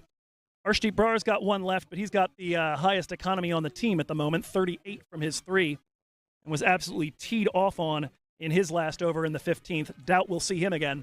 Navaz Khan so far, 16 runs off his first 2. He digs in. That is another shot. Cover drive from Zia Shahzad. And that gets away to the boundary in a hurry. Shahzad has absolutely been tattooing the ball, and I do hope that the microphone is good enough to pick up the delightful sound coming off that bat. Some of us are, even if the theory of education has largely been debunked, some of us still believe ourselves to be auditory learners, and I'm learning plenty from those sounds. That's got that Shohei Ohtani sound to it right now.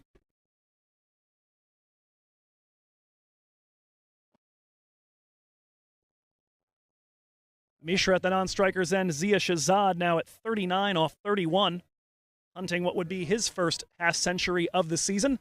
That is another beamer, and he takes evasive action and knocks the ball down. Definitely a no ball. My goodness, trying to remember who had the no ball earlier. That was Carmi LaRue, so no danger of Khan being removed from the attack for a second beamer. Zia Shahzad getting down to try to make sure that one didn't get a piece of him. So did not take any runs off of that because, well, he was prone.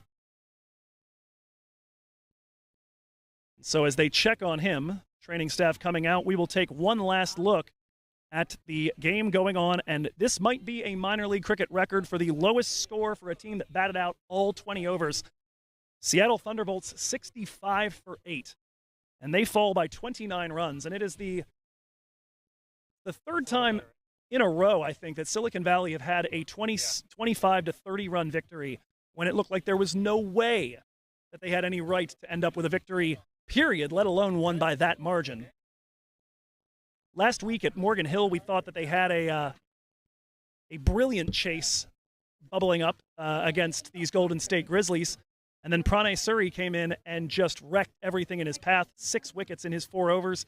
He took the first 6 wickets against Golden State. Dev Thadani followed that up with 2 in an over right after Pranay Suri had 3. And by the way, congratulations to Pranay Suri. He has now become, after having never gone for 5 wickets in his minor league career going into last weekend, now has 2 5-wicket hauls, and he's the only person in minor league cricket history to do that so far. It's a short history. The league is only about a year and a half old, but Suri with a 6-wicket haul followed up immediately by a 5-wicket haul, and he has been crawling his way up the leaderboards for wicket takers. Crawling's the wrong word. He has been skyrocketing up that board. So after the check of Zia Shahzad, both teams will be happy, as we said, to know that the Seattle Thunderbolts have met defeat for a second day running. If East Bay managed to win today's game, they would be at 59% likelihood of making the playoffs, according to Tom Nielsen's Cricket Sims. Golden State with a victory would be at a 20% chance, but they would be at 2% if they lose. So we talked about it being a must-win game. East Bay would be the favorites for that 2 seed if they can get a victory here. They've had a hard time getting through these overs. That is another missile. That's going to be snagged on a hop, one-handed by Angie Pereira, who had thoughts of trying to come in to get it. And I think just for the sake of his health, probably a good thing that he didn't go for it, because that might have taken off 2 fingers. Fantastic work to snag that one with his left hand and limit Zia Shahzad to just a single. But he is middling everything right now, and it is just a pleasure to watch and a pleasure to listen to.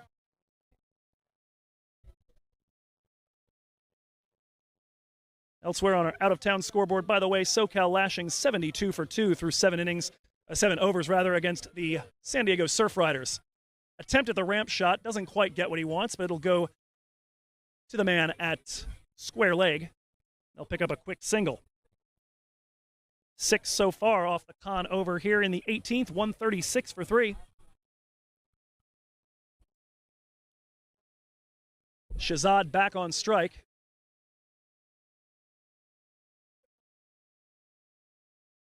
As we've said, protection all out in front of Shahzad, but he has just been hitting it between people and over people for the last couple of overs.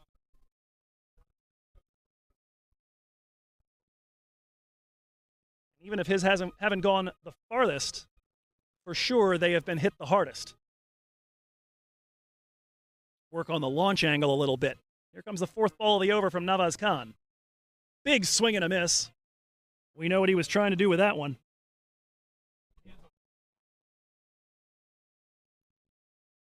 A dot ball here.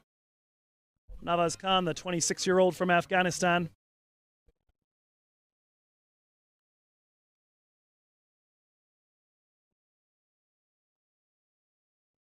Played List A for Afghanistan, as well as first-class cricket for the Miss Ainak region. And he's cleaned up Zia Shahzad right through the legs. I believe he was just nutmegged on that delivery, as Shahzad looked to rear back and slam one again. So that will bring an end to the extended partnership. 117 runs added for the fourth wicket here.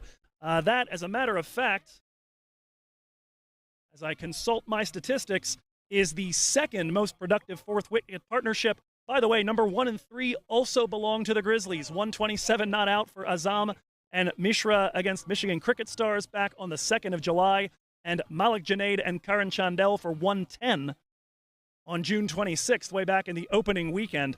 The Hollywood Master Blasters, by the way, with the only other century partnership for the fourth wicket. But this is a spot where Golden State have made their bones in the recent past, but clean bowled here on 137 for 4. We'll take a quick break and then introduce you to the new man striding to the crease for Golden State.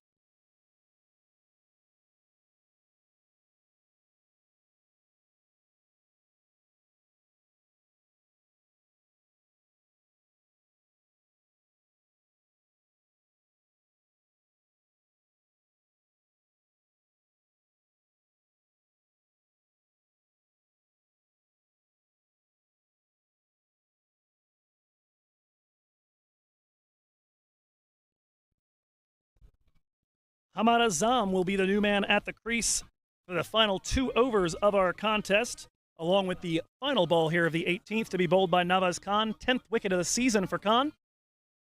The right-arm medium pacer has had 7 of them happen in the death overs. A veritable strike bowler, even if he's been a tad expensive in those final overs. He's somebody who, even if he's feast or famine, the feast is delicious. Final ball of the 18th, trying for the sweep shot. Appeal for LBW, falls on deaf ears. That'll go back to Ganesh and be good for a single off the final ball from Hamad Azam. 7 off the over, but the wicket of Zia Shahzad, 138 for 4.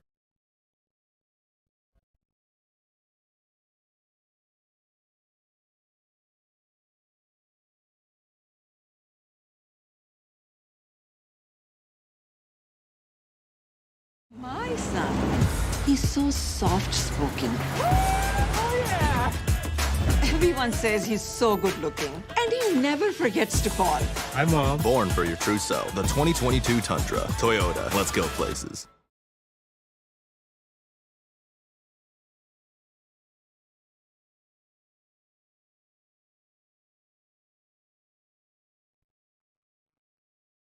'22 Toyota Minor League Cricket Championships are brought to you by Sunoco. Fuel your best. Rusty Theron coming on again from the Usman Khan end. 23 runs so far off of his 3 overs, yet to take a wicket. His first over here at the death went for 9, a 6 and 3 singles from it. Looking to keep it tight here as East Bay, after a lengthy partnership, looked to wrest control back to their side. They absolutely had total ownership of the power play. Early middle overs, maybe a bit of a stalemate as Golden State tried to get their bearings again. But thus far, the last 6 to 8 overs have thoroughly belonged to the Golden State Grizzlies. And they definitely have the man to do some damage here with a free conscience and no real concerns about preserving his wicket. A 152 strike rate on the season for Hamad Azam. That strike rate climbs to 182 so far this season in the death overs. hits that one straight back past Shivam Mishra at the non-striker's end. That'll be a single to long on. If you're Rusty Theron, you can deal with that all day.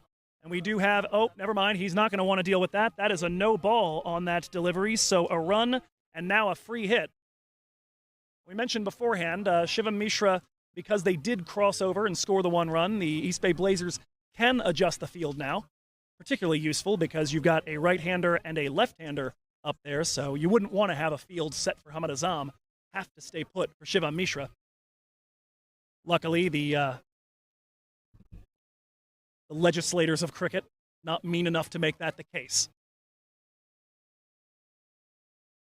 The captain, Angie Pereira, will move things around a little bit. All the protection in front of Mishra as they expect him to try to lean back and crank one here with the free hit. First ball officially of the 19th over coming from Rusty Theron over the wicket. That sounded amazing, but it doesn't have the legs to get to the boundary rope. That'll just be a single. Sanjay Krishnamurthy out there. So with 11 balls left, 141 for 4, rather 142 for 4 now. No, correction, 141 for 4. I was right the first time. Sometimes the live stats update on my phone so fast I almost can't believe it.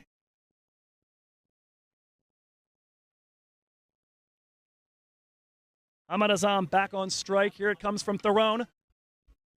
Looking to hoik that one to the onside. No problem out at the boundary rope. Another single. So we were starting to say before the no ball that Rusty can deal with this. Singles are not going to push this target out of reach.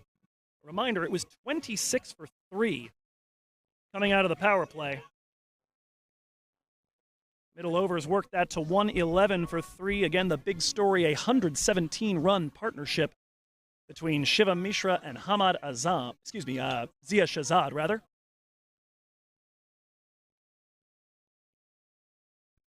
Looking for that last push is Rusty Theron trying to limit the damage here. Third ball of the over coming from the big South African. That one lifted in the air. That's going to pick out the man at mid-off, drifting over David White into the cover regions, and he will make the catch. So that will do it for a fantastic knock from Shivam Mishra. He goes down 77 off 53 balls, 142 for 5. It'll be up to Hamad Azam and a new partner to try to put in that final flurry for the Golden State Grizzlies.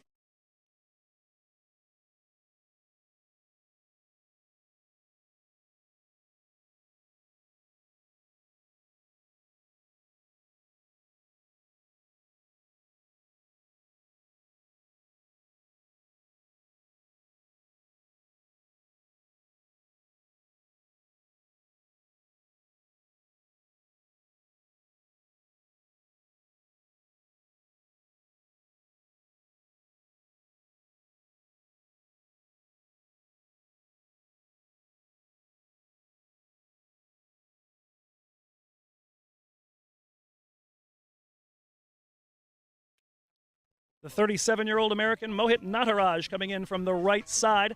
He will not be on strike for the first ball here after the wicket as the batsman crossed. So underneath the Multan Sultan's lid, Hamad Azam is going to stand and deliver.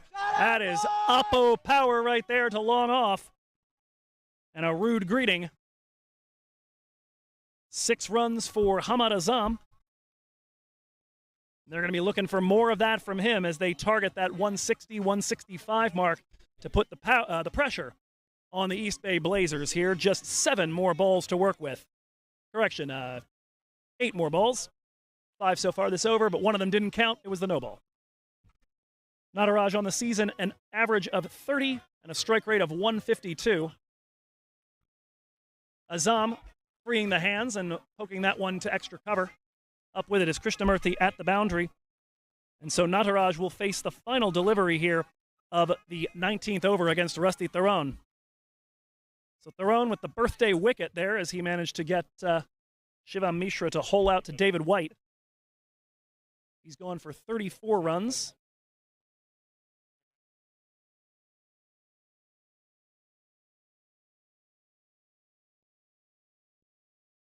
Protection for Nataraj at deep fine leg. Mark Dayal over at the boundary right near us. Also square leg, mid-wicket, long on and long off. They very clearly are expecting him to work to pull this ball. But imagine Theron then targeting the stumps on this delivery. It's exactly what he does, and that is a shot from Nataraj that will get over the boundary rope on one hop. A 4 here as he splits the men in those backwards onside positions. A 4 from the over, a costly finish here. It was 3 and a wicket plus a no ball, but 11 off the last 3 deliveries. And we have got a score of 153 for 5 going into the final frame.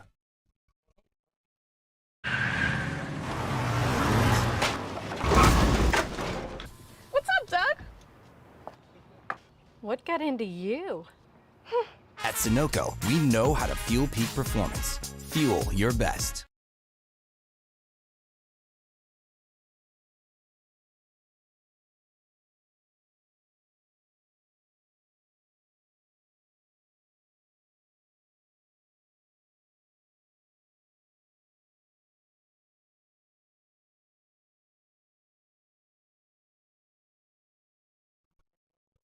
Final over is handed to Nawaz Khan.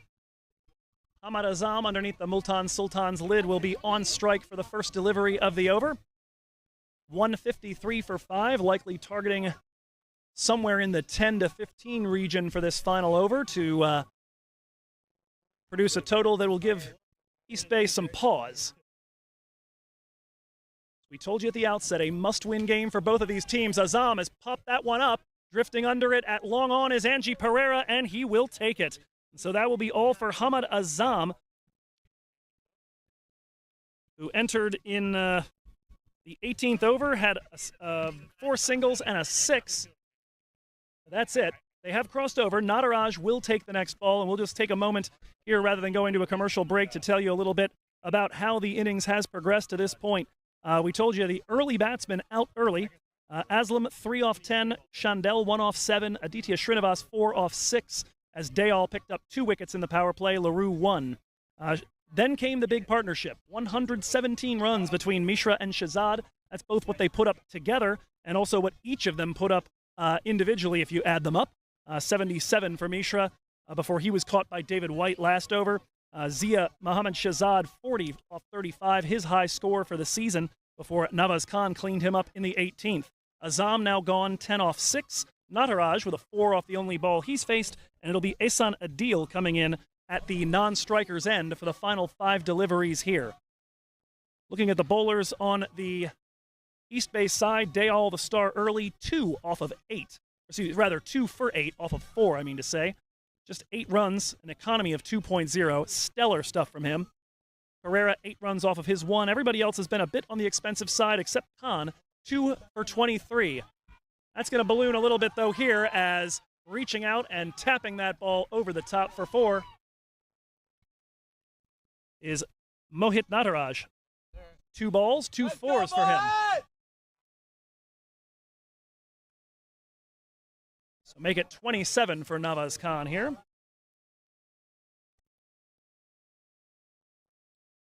The 2 valuable death over wickets to go along with the 1 from Rusty Theron. As we mentioned now, 11 wickets on the season for Khan. 8 of them have come in the death overs.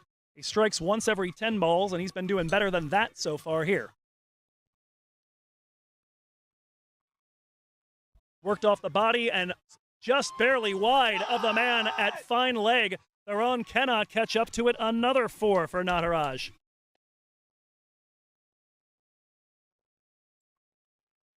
Men on the offside now creeping in.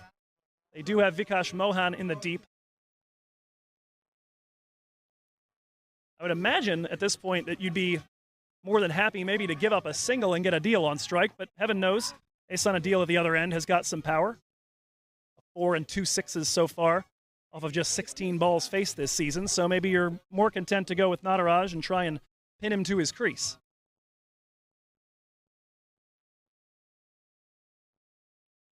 All the deep protection in front of Nataraj except for the deep third man, Gurbaksh Khaira.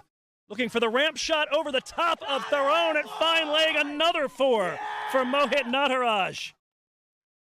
3 consecutive boundaries for the 37-year-old. He's certainly giving a lie to the 146 strike rate that he had coming in at the death.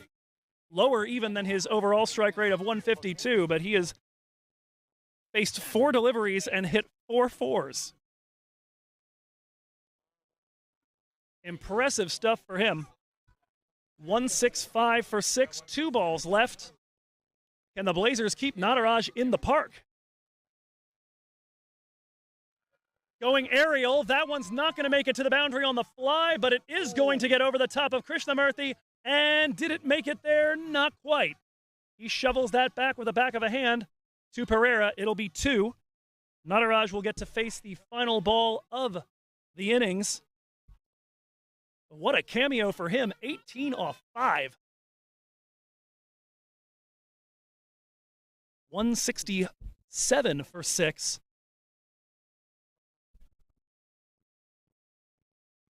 We said they might be targeting 160 or 165. Heck, they can go for 170 off this final ball.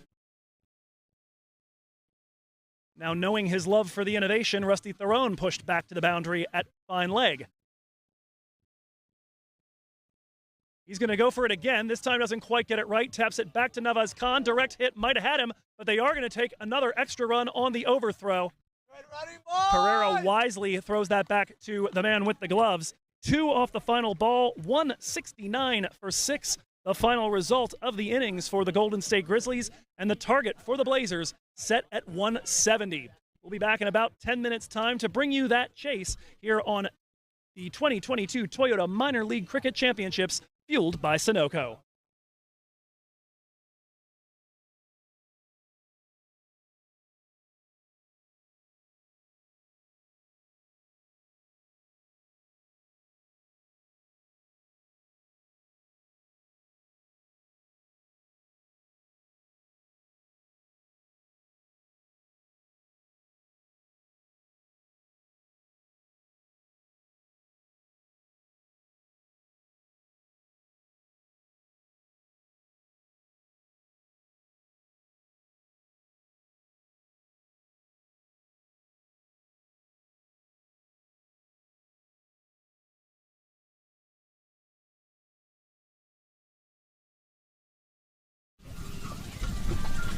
The 2022 Toyota Minor League Cricket Championship is fueled by Sunoco, and today our teams are fueled by a sense of urgency. The playoff race continuing to come into focus in the Western Division.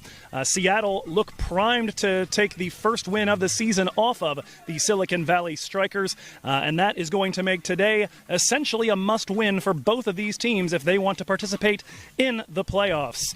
Welcome to Davis, folks. Arroyo Park, the scene of our match today between the Golden State Grizzlies and the East Bay Blazers. My name's Joe Hickey. I'm here with Bud Jadabans at the controls, and Andrew Grindle and Ishan Vardhan on the camera work, and we are just about ready for action here from Davis. Weather currently 86 degrees and rather still. Very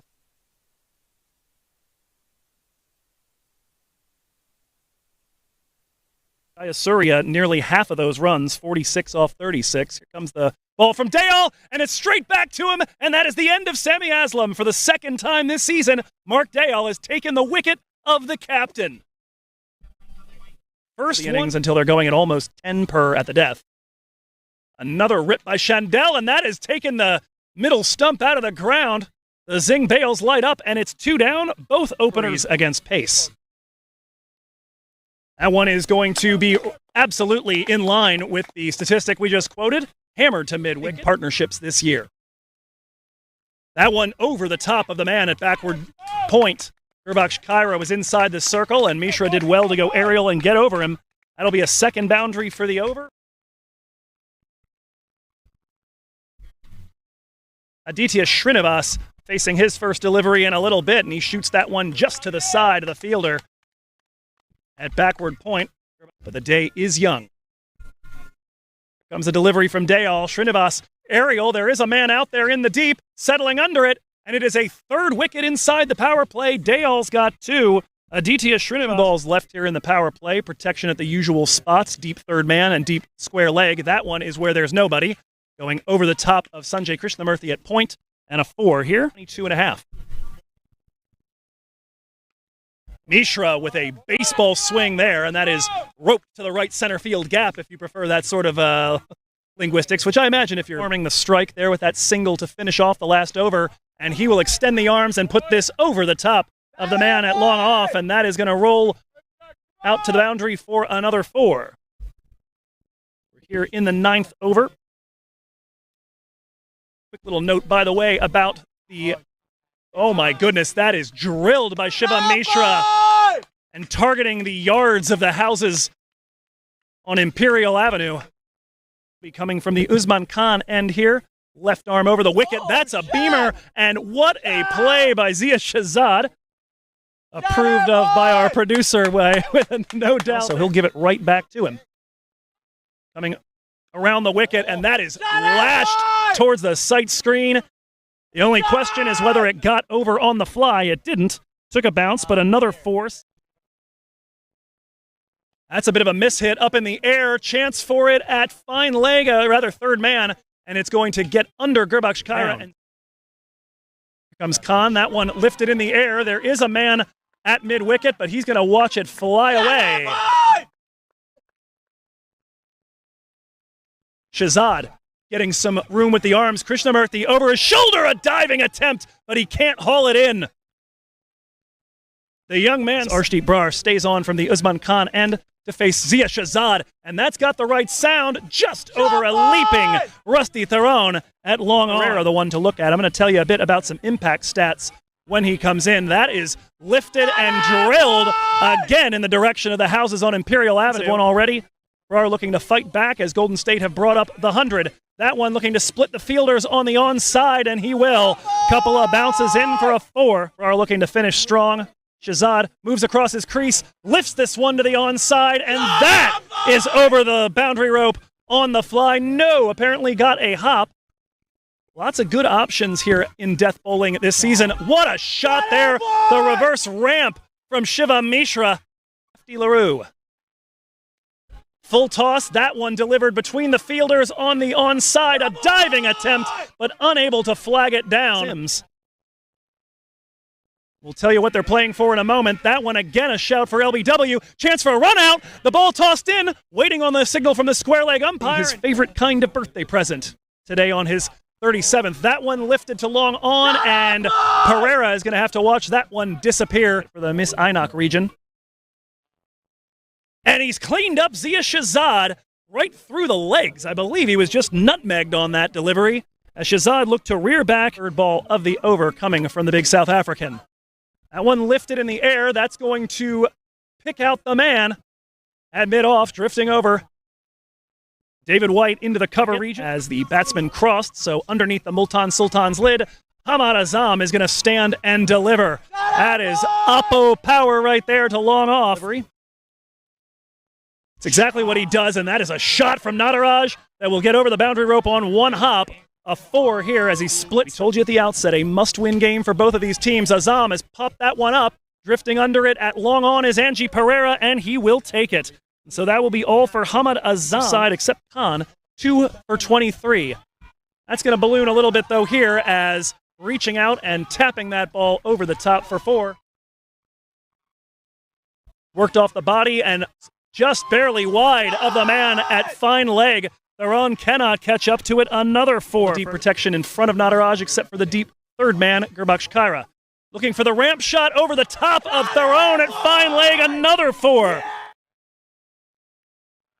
Going aerial. That one's not going to make it to the boundary on the fly, but it is going to get over the top of Krishnamurthy. And did it make it there? Not quite.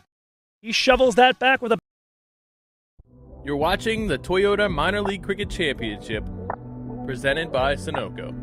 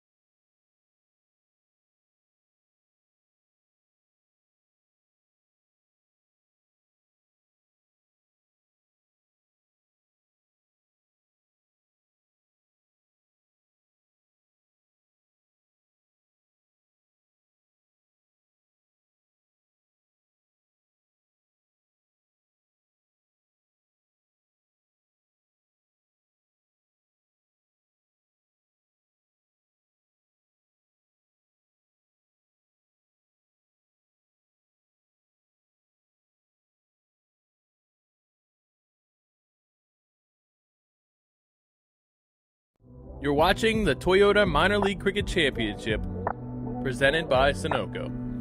Fuel your best. We've got the East Bay Blazers coming out to chase down a target of 170 in a match that, as we've told you all day, has massive implications for how the end of this season is going to pan out, and who is going to make the trip out to the Midwest for a playoff date as the number 2 seed. The number 1 seed just about set down now as the Silicon Valley Strikers have advanced their record to 10-0 on the season. They will almost certainly be hosting a first-round playoff series in Morgan Hill. But the number 2 spot is very much up for grabs. And so East Bay have a chance to become the new favorites for that spot over Seattle if they can lock down victory here today. Golden State would basically be out in that case, just a 2% chance of pipping the Thunderbolts and the Blazers to the finish line. On the other hand, a Golden State win would install Seattle again as the favorites at a 58% chance of making it. But East Bay and Golden State would both be in with a shout. Basically, the way Tom Nielsen's Sims indicated is that if the Golden State Grizzlies win here and you played the rest of the season 5 times, each of these teams would go to the playoffs once. Seattle would go to the playoffs the other 3 times. That's basically what is at stake right now if Golden State can protect that 169-run total they put up. A reminder of how that came about. It was a great power play for the East Bay Blazers. Mark Dayal, with 3 of his overs, taken there 2 wickets and just 6 runs given up in the power play. He would come in and give up just 2 in his 4th over of work as well later on in the match. Just a sterling day with the ball in hand for him. Through the power play at 26 for 3, it looked like this was going to be a rough day for Golden State and an easy chase potentially for the Blazers, but you do continue to play the other 14 overs for a reason. The middle overs bowling for the Blazers failed to make a dent in the partnership of Zia Shahzad and Shivam Mishra. That partnership went for 117 runs. Only one partnership has gone for more runs than that this season for the 4th wicket, and it was in fact also Shivam Mishra, that time with Hamad Azam. So that, plus a late cameo from Azam and Mohit Nataraj, get them to 169, and we start the second innings here with Ehsan Adil bowling at Saideep Ganesh, and we are underway here. East Bay Blazers again chasing 170. Here we've got strength on strength. It is very likely that the way this game goes is about to really be decided in the next 40 minutes because the East Bay Blazers have got one of the best power plays and almost certainly the best opening partnership in minor league cricket right now. You might be able to convince me Stephen Taylor and Raheem Cornwall as well, but it's just worth going down the stats right now for this opening partnership. In terms of the way they go about their business. Saideep Ganesh and David White currently have the 14th, 6th, and 4th highest scoring opening partnerships in minor league cricket this season. 74, 94, and 100 as Adil works a second dot ball here to Saideep Ganesh, the opener. They have managed to get through the power play unscathed on each of those 3 occasions, 74, 94, and 100 opening partnerships this season. In the 9 games so far that the Blazers have played. They have managed to get through the power play with at least one of them still there in 7 of their 9 matches. And so the Blazers very much with a lot of strength up here at the top. The thing is, they're going up against Ehsan Adil, who is the 5th most impactful bowler by Tom Nielsen's impact statistics in the power play in minor league cricket. Ganesh works that one off the pads to square leg. He is off the mark, as are the Blazers in general. First run of the day.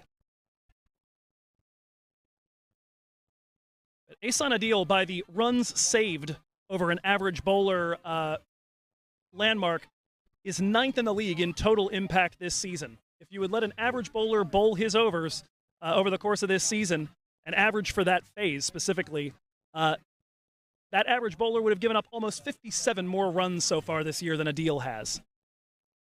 And he's, as we said, 9th overall in that impact total and 5th in impact in the power play this season. The only person in the Pacific Division with a higher total, in fact, is Calvin Savage of the Chicago Tigers. And if you've been watching the minor league cricket show hosted by Nate Hayes, you've heard all about Calvin Savage as of late. David White facing his first delivery, taps that to the captain, Sami Aslam. Over in the covers, it's a dot ball to start.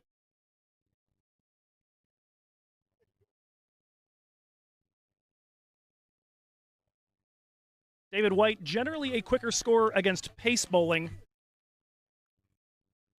than he has been against spin. So he will certainly want to target ace on a deal. One of the big pieces of news today is the return of Vatsal Vagela, who's going to give them 4 great overs of spin. And it's interesting in particular that the Grizzlies have elected to use Shahzad Khan as a sacrificial lamb to bring Vagela back into the side. Sohan Bhatt, who was essentially the like-for-like swap for Vagela, stays in. That is drilled right toward us. Look out, everybody.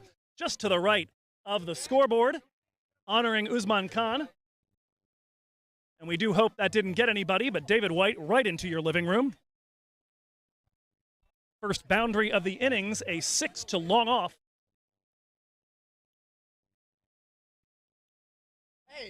And our producer getting that ball back in. Bud Jadabans taking care of business. Of course, Bud at the controls here for the second innings as well. Andrew Grindal and Ishan Vardhan working the cameras. And Ryan Slim Sahadeo responsible for all manner of other setup that got us rolling this morning as we prepared for the 1 p.m. start. White will tap that over to the right side. Productive over here, 8 from it. East Bay Blazers 8 for no loss through 1. Took that last corner pretty quick. Sir, I need one hand on the roof, one hand on the pump. Timeout for Sunoco Go Rewards. Keep pumping. With new Sunoco Go rewards, when you fuel, you save, because rewards come first.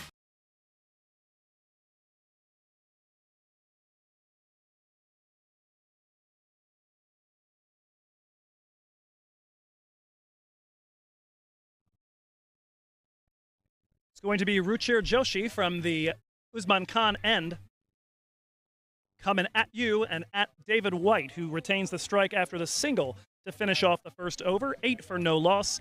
The Blazers, again, chasing 170 to win and to become, at least according to Tom Nielsen, and all manner of very, very well thought out math, the favorites for the second seed. They would tie Seattle in the standings, but it's worth looking at what the Blazers have left to play after this. They would go potentially to 7-3, level with the Thunderbolts if they can do that. But they have remaining on their schedule 1 matchup next week against Silicon Valley, as White works that off the pads into the vacant mid-wicket area.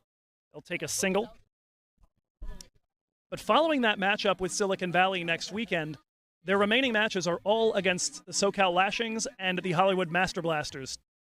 Pair of teams that have, in many cases, discovered new ways to lose matches this season and are both well below 500. So the Blazers very much will be in command of things if they can get this victory. The only thing that's going to be wrong for them is the net run rate issue. Seattle's a decent bit better, although the pair of 25-run plus losses to the Strikers likely not helping that. Ganesh works that one back to the side of the bowler. That'll be a dot. So far, just 1 off of 4 balls for Saideep Ganesh. Ganesh, by the way, coming off of being named the Daffy Emerging Player of the Week by the folks at the Minor League Cricket Show. Nate Hayes and Aman Patel tasked with coming up with that. We'll also see one of the midway point All-Stars once one of these two do get out.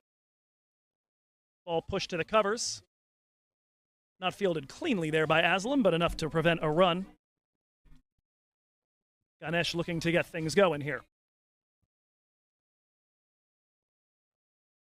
Joshi on the season has bowled 79% of his 15 overs inside the power play. 1 wicket for 95 runs.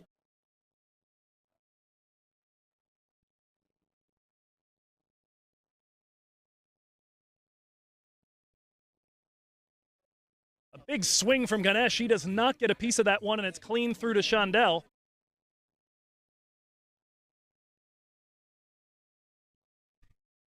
Lucky not to have made any contact with that, as the wicketkeeper was waiting to pounce and dismiss him for what would have been an unusually quick innings. So far on the season, the fewest balls that Ganesh has faced has been 10.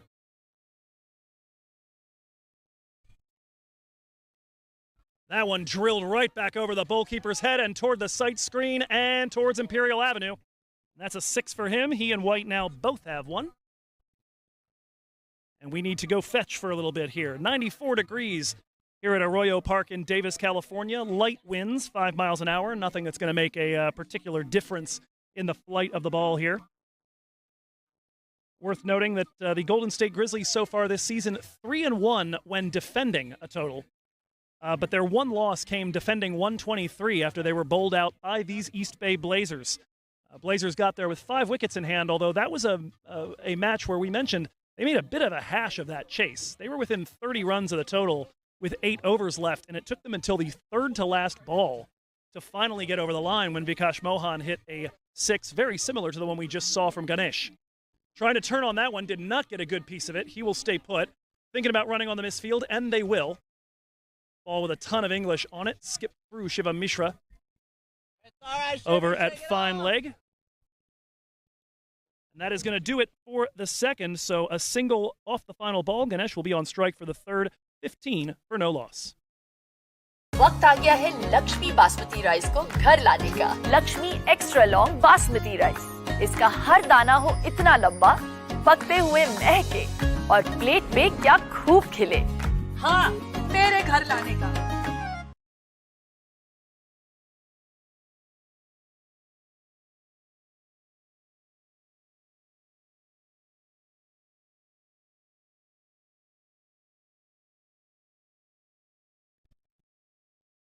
Ehsan Adil continuing from the Sahadeo Pavilion end here in over number 3.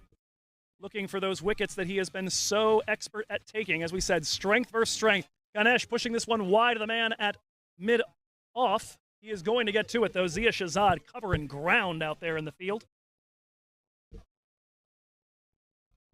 And so Ganesh gets the over started with a single. That'll bring David White back on strike against Adil. Ehsan Adil so far on the season, 17 wickets. Came into the weekend second leading wicket taker in minor league cricket. 7th best strike rate, 18th best average.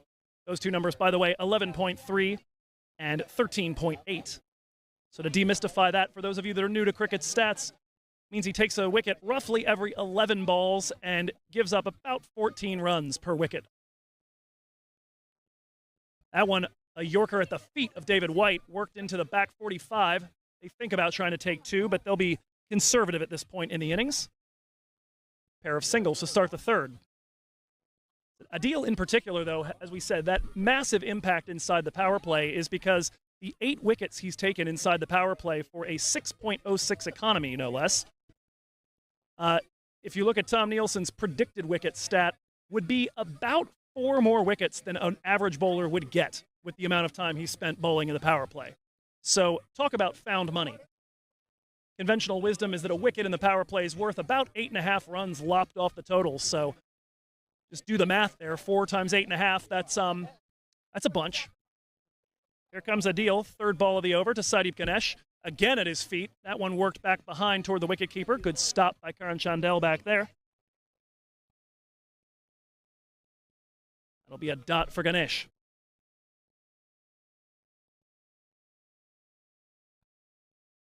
A reminder here in terms of the team sheet, the one replacement for Golden State compared to the last time you might have seen them against Silicon Valley a week ago today is the presence of USA international Vatsal Vaghela. Speaking of U.S. internationals, a little surprising that Sanjay Krishnamurthy was not used at any point with ball in hand. We didn't get a chance to chat with the Bay Blazers hierarchy to find out if there's an injury that he's working off or anything, but he's been very effective as of late and did not bowl a ball. Flared off the edge by Mishra and through the covers for a 4. Right now, that and the 6 that almost torpedoed us over here. Good candidates for the Dauphinus shot of the match.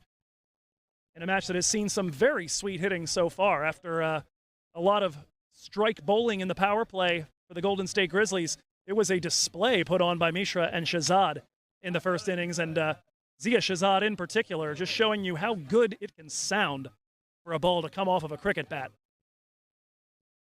Leather on willow, as they say. It is a treat when done right. That last one from Mishra, it looks like it's taken a bit of chasing to go get. It was skipping across the outfield like it was a rock on a pond. 22 for no loss at this point. We'll take a moment to look through the out-of-town scores. SoCal Lashings nearing the end of their innings against the San Diego Surf Riders. Those two teams are going to have the opportunity to play a little bit of spoiler in weeks 7 and 8, as San Diego is the opponent for Seattle for 2 games in week 7 at Morgan Hill. SoCal Lashings will take on all 3 of the Bay Area teams, Golden State, Silicon Valley, and these East Bay Blazers, during that week 7 period. Then all 3 of them will take on the Hollywood Master Blasters as well between week 7 and week 8. So 146 for 9 with 7 balls left for the SoCal Lashings before they give way to the Surf Riders. Here comes a deal with the second to last ball of this over. Reasonably well timed by Ganesh, but to the man at mid-wicket. A dot ball, 1 ball left here in the over. So far 6 from it, 14 from 11 deliveries from Ehsan Adil. The Blazers will feel pretty good if they can navigate Adil's overs without either having their strike rate destroyed or their opening partnership broken. It's been a pretty unusual thing for Adil to bowl 3 overs inside the power play. In fact, the only time he has done it was against Golden State 2 weeks ago. Last ball of the over to Saideep Ganesh. Going for the imaginative shot. Didn't quite come off the way he wanted, but it ends up wide of the man at fine leg. And it's a tough throw behind his back there as they will take 2 from it. So another 8-run over, 24 for no loss through 3. 1, 2, 3.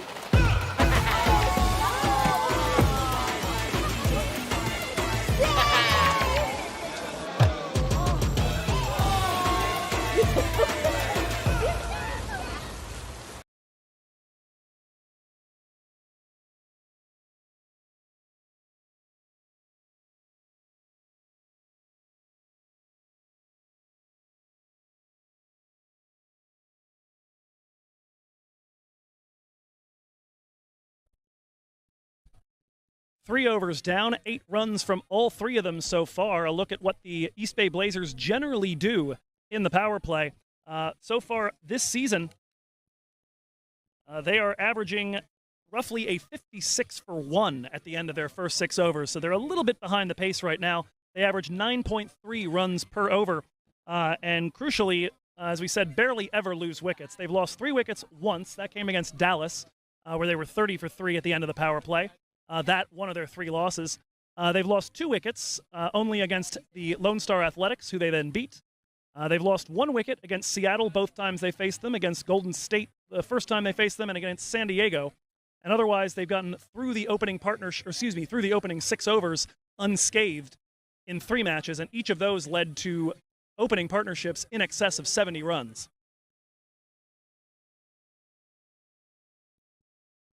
So right now, the fact that no wickets are down, that's going to feel pretty good to them through 3 overs, but the run rate a little underneath what you might expect. And we do have a change of approach here. Ruchir Joshi out of the attack on the Usman Khan end. I believe that is Vatsal Vagela back in for Golden State. First delivery tapped to the offside, or onside rather. Nothing doing there.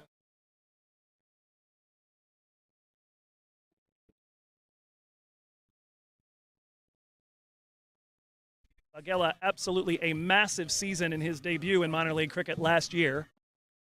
And when cramping David White for style, but he manages to work it to long off. A single for the Grizzlies, for the Blazers, but a good first 2 balls from Vagela. Vagela last season, 29 wickets at an 11.4 average. And among bowlers who bowled at least 20 overs last season, he had the 2nd best average, the 6th best strike rate, and the 13th best economy. By the end of the playoffs, he was the 2nd leading wicket taker in minor league cricket, the number 1 wicket taker in the Pacific Conference, but Ganesh has worked that over the man at extra cover. Shivam Mishra left to chase it.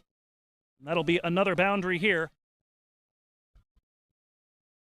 A little bit of confusion here as Sohan Bhatt and Shivam Mishra both wearing Shivam Mishra jerseys with the number 26 on the back. Good news is one of them seems to be about 20 pounds lighter than the other and wearing a floppy hat. So that helps out. Ganesh, that one right to Mishra, and it's through his legs, and that's going to be a chase for the other 26. Bot is going to slide and get there. And that'll avoid the 4. But 2 runs there, a little bit of misfielding, and that actually has been the downfall of East Bay on a couple of occasions this season. Their fielding likely the thing that cost them a victory over the still undefeated Silicon Valley Strikers 2 weeks ago. A lot of profligate work in the field last time they met Silicon Valley. Ganesh, nobody in that area at cow corner. That is going to get down and roll to the boundary. Another 4 for Saideep Ganesh. They have made Vatsal Vagela pay so far. Vagela shaking off a decent bit of rust. He was barely used in the USA Tour in Zimbabwe as they made their attempt to qualify for the T20 World Cup coming up in October and November in Australia. Vagela working around the wicket with the left arm. Ganesh opens up the face of the bat and deposits that one over the rope on the fly. 3rd boundary of the over for Saideep Ganesh. It is a costly one for the Golden State Grizzlies. Just like that, the Blazers going at 10 runs and over, 41 for no loss.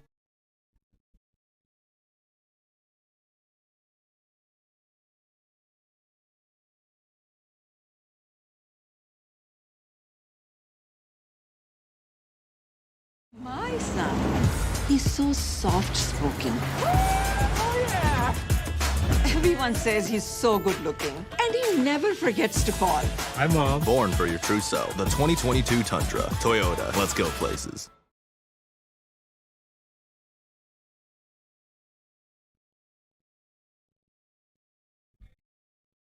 It appears we'll have a change of ends for Ruchir Joshi. Instead of working him from the Usman Khan end, he's going to come from your camera angle at the Sahadeo Pavilion end to bowl here at David White in just a moment as he takes his practice run up. And so they'll go to him rather than Vagela, rather than another over of a deal, I meant to say. Ruchir Joshi on the season, as we said, 127 runs given up for an economy of 9.4. He's a little more economical in the power play. But this season, among bowlers with 10-plus overs bowled, he is actually the 4th most costly bowler compared to the average bowler, according to Tom Nielsen's impact statistics. Good for 3.5 extra runs per over in the overs he's bowled. Nice line and length on that first one, though, to David White. Handcuffs him at the crease. We'll see here if the Blazers look to target the expensive bowler. They picked up 8 off of his first. Saideep Ganesh had the best of him. He did have 3 dot balls against Ganesh, but that was followed by a 6 towards Imperial Avenue. Protection in the deep. It's square leg and at third man, and that's where White is running that ball. Is it fine enough to get by the protection in the deep? It is not. That'll just be a single. Come on, Joshi! That'll bring Ganesh back on strike. 30 off 17 so far. Ganesh, a very quick starter inside the power play this season.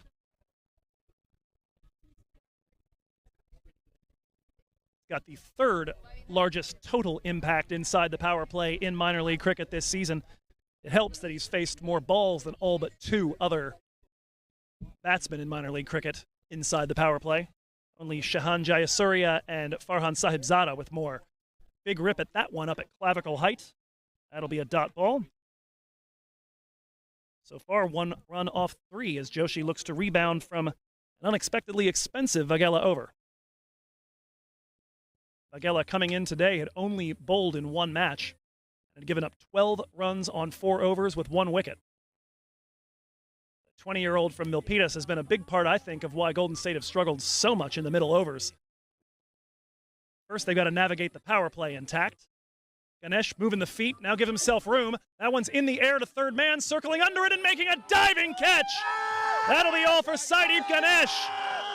Vagela may have had a hard time in the with the ball in hand a moment ago, but I think that might be him back at third man. The end of Saideep Ganesh, who is going at quite a clip, 30 off 20. We'll tell you who's coming to the crease next for the East Bay Blazers when we come back but the first blood drawn by Golden State, 42 for 1.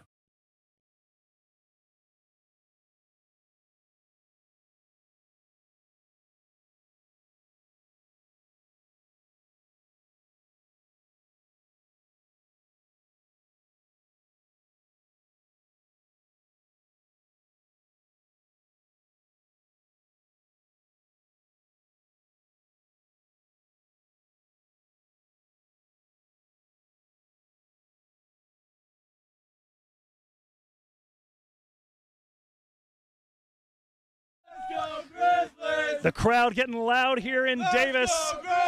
Straight into my microphone. Come on, guys. We've got a heck of an atmosphere here at Arroyo Park. 96 degrees, but it's starting to feel even hotter under the collar for the East Bay Blazers. But if the Grizzlies know anything about how this season has gone, it is out of the frying pan into the fire right now, because the man coming to the crease right now, Mark Dayal, makes you honestly wonder, did you really want to get Ganesh and White out? So far, inside the power play this season, Mark Dayal, the man coming up, is striking at 190.5. Almost 2 runs a ball. For those that are not familiar with that stat, it's how many runs you'd put up scoring at your rate for 100 balls. And he comes in after Aditya Srinivas makes the diving catch to dismiss Saideep Ganesh on 30. So far, Dayal on the season averaging 38 runs per wicket. He was recently named the all-rounder for the Western Division Midway All-Star Team by the Minor League Cricket Show. And there were hardly any arguments about that choice. He's got some work to do, though, here. Ruchir Joshi, who we were just telling you has had his struggles this season, putting up one of his best overs of the season so far. 1 run and a wicket off the first 4 balls, looking to finish it strong. It is going to be David White, the right-hander, to face the first delivery post-Ganesh. The two of them did cross as that ball was in the air. Dayal on the season, 7th in runs, 5th in 4s, 7th in 6s. He has been a dynamo, and he's gotten to bat a few times in the power play when they have lost wickets, as that is another dot ball. David White electing to stay put. And after the 17-run Vagela over, Joshi working on a 1-run, 1-wicket over with 1 ball left.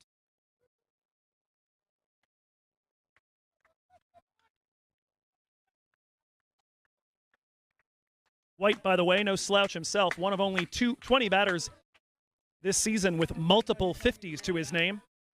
He's 6th in runs scored, 7th in 6s, 9th in 4s. So far on 11 from 10, that is ripped. Nobody over there, and that'll get to the boundary on a hop. A 4 to finish, musses up the figures a little bit for Joshi. 46 for 1.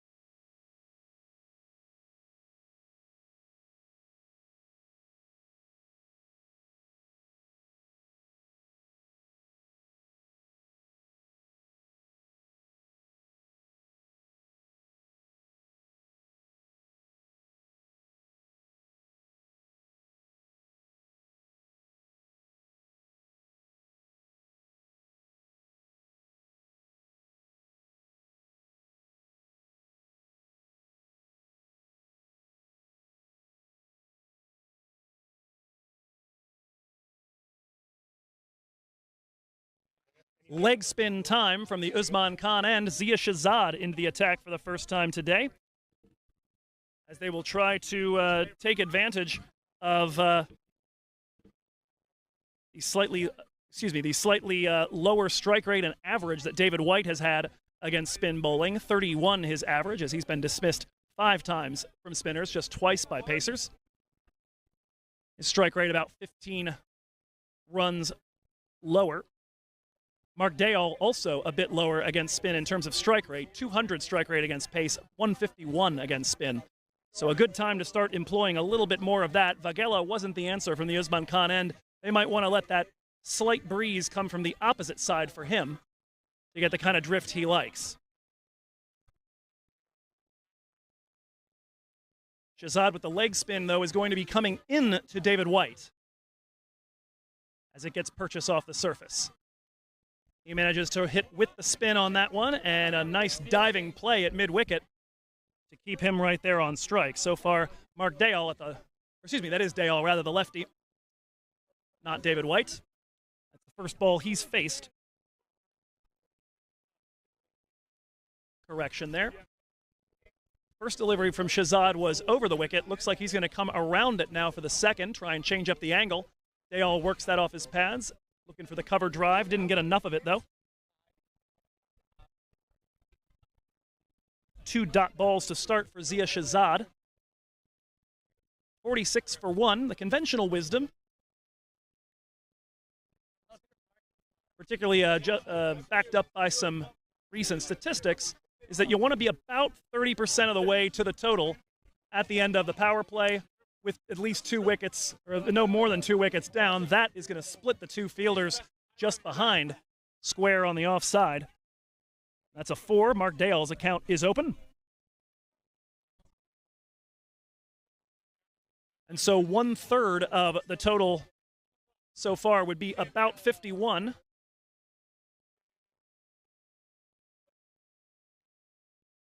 30% would be about 51 as Dayal hoiks that behind square leg on that side. That's going to be another 4, and that does it. They have gotten to the 30% mark, no problem. Just 1 wicket down. Mark Dayal showing you what he does.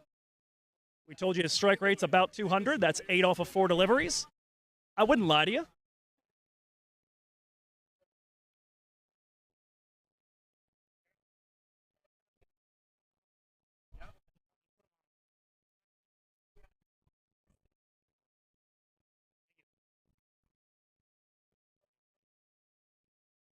Protection against Dayal right now at long on and at deep square leg. Bit of a pull hitter. He's going to go the other way, though, over the drawn-in field on the offside.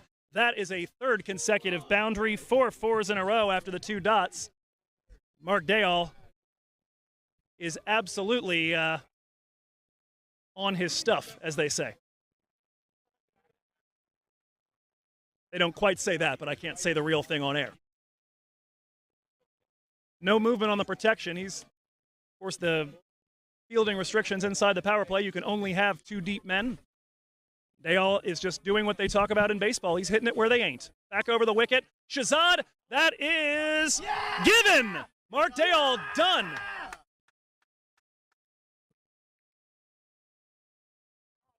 Bit of a surprise here. Mark Dayal incensed. Walk away. I have not seen a signal that necessarily indicates whether that was leg before wicket or a feathered edge that carried through the wicketkeeper. We get a signal from the official scorer that that's what it is. So height, not something for us to worry about. Dayal absolutely convinced that he did not hit that ball. But the only man whose opinion matters is are those of the umpiring crew. A reminder there, we've got Mr. Subramanian and Mr. Barappa Gowda out there, and they have given Mark Dayal out. So wicket number 2 falls on the final ball of the power play, and so we are done 6 overs, 58 for 2.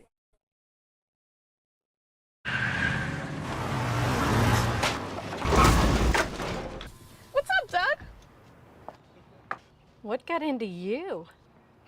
At Sunoco, we know how to fuel peak performance. Fuel your best.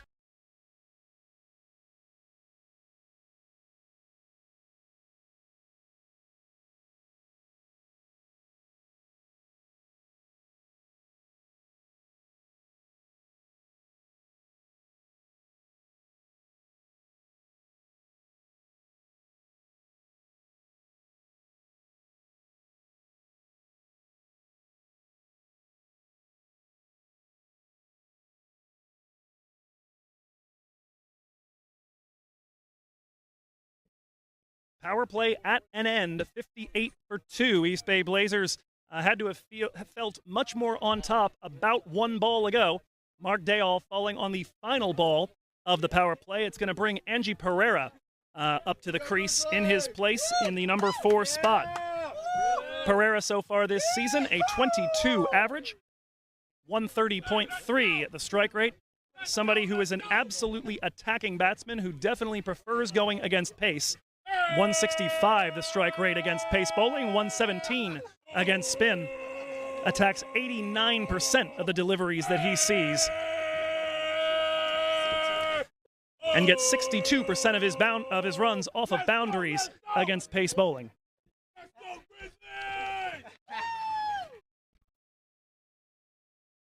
He will have to face spin first, as will David White.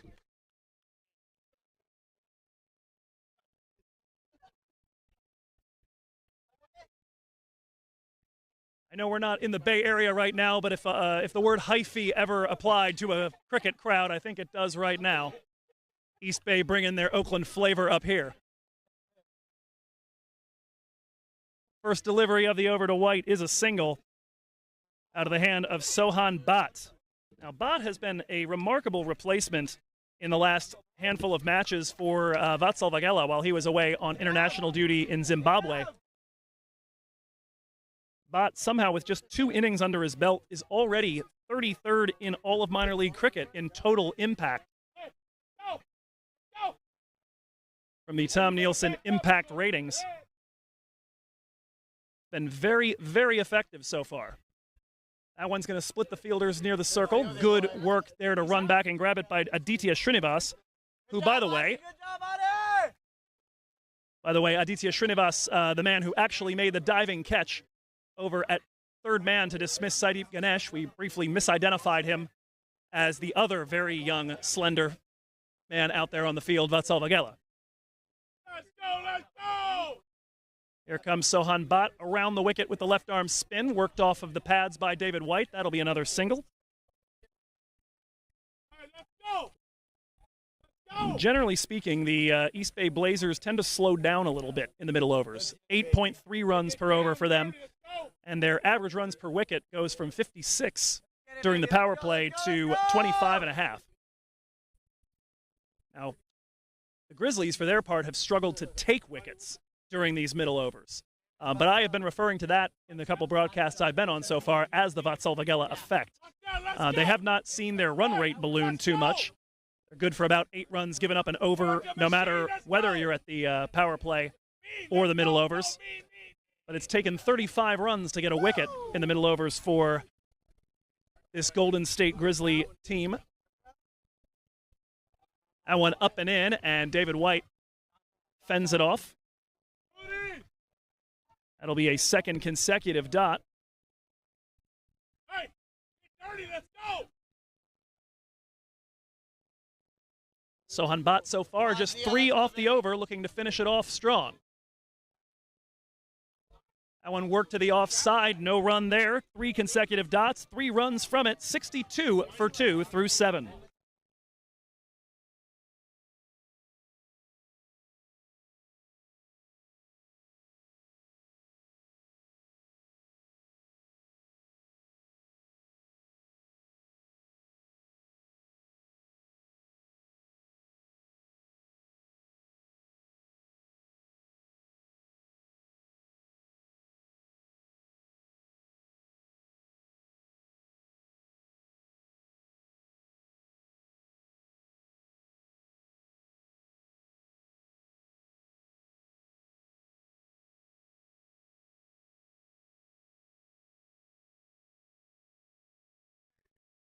Zia Shahzad, the 26-year-old from Pakistan, right-arm leg spinner, stays in at the Usman Khan end for a second over of work. He'll be bowling at the captain, Angie Pereira. Of course, power play restrictions lifted, and so 5 men allowed in the deep. Pereira's going to try to run that one down to third man. Good work inside by Sohan Bhatt to keep that from getting out of the 30-yard circle. Dot ball to start. As we said, generally speaking, the Blazers, as we said, have slowed down a little bit, but not generally quite this much. And they are going to want to keep an eye on that run rate required. You don't want that to climb too much. Pereira gets that one off the outside of the bat. That is going to get down in no man's land between Bhatt and Mishra. That'll be good for a pair of runs to break the shackles a little bit here. Of course, the thing you always have to watch out for at a time like this is the temptation to get a bit too expansive with the shots when they start getting those dot balls. Runs on the board right now for Golden State Grizzlies. 169 has set the target still another 104 runs away. A dot ball here as that one is knocked down. Here comes the ball to from Shahzad to Pereira. That one back at Shahzad again, another dot ball. And so far, since the fielding restrictions came off, Golden State keeping it tight.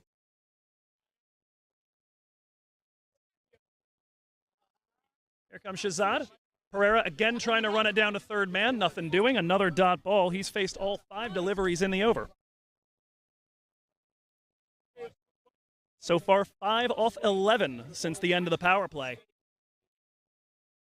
This is the one potential bugaboo for East Bay, is there's not a ton of batting beneath Dayal, White, and company. That one got a piece of Pereira. Did it get a piece of the bat?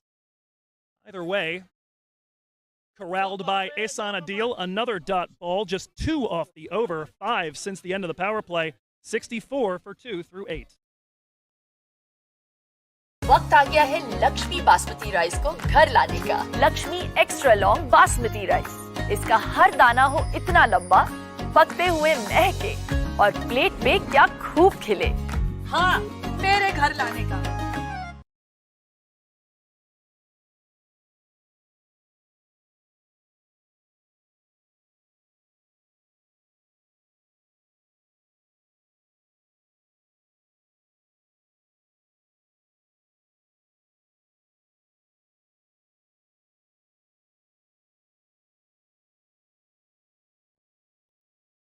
Sohan Bat continues from the Sahadeo Pavilion end. Spin coming from both sides. He and Zia Muhammad Shahzad. They have been awfully effective since entering. Zia, of course, did get lit up for about 3 balls there as Mark Dayal hit 3 consecutive 4s. But since then, it has been a wicket and 5 runs in 13 deliveries between the two of them. Make it 14. Big swing. And only slight contact. Nothing you can run on there for David White.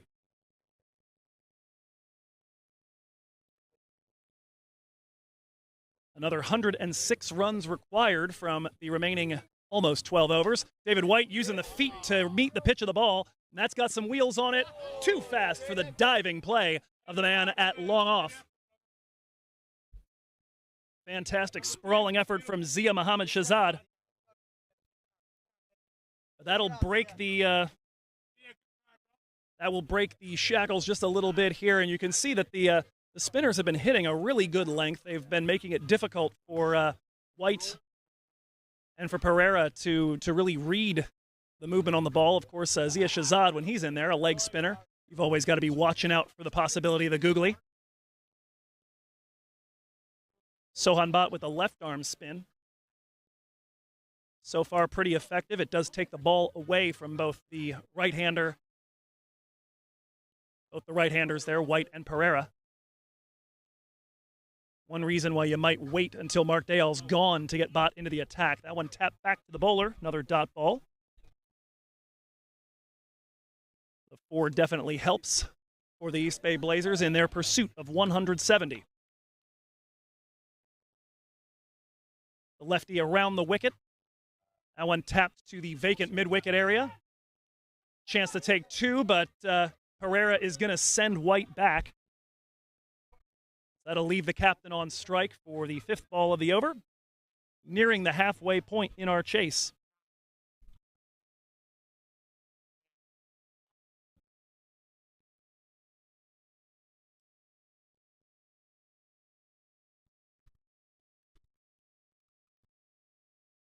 Here it comes from Bat.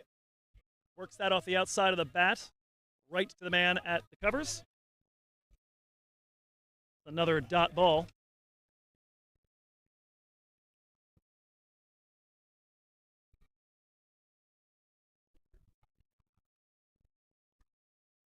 Look at what remains in the batting lineup for this East Bay team. Arshdeep Brar can banging around a little bit. Sanjay Krishnamurthy still trying to get back on song like he was last year. That one just behind point.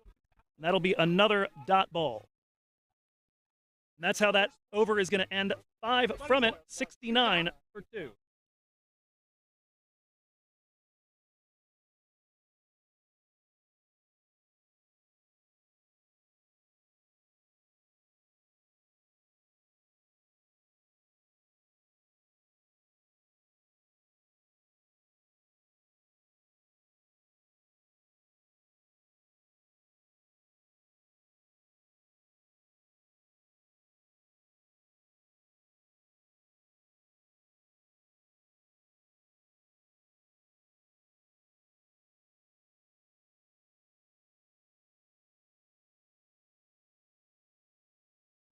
The 2022 Minor League Cricket Championships are brought to you by the title sponsor, Toyota.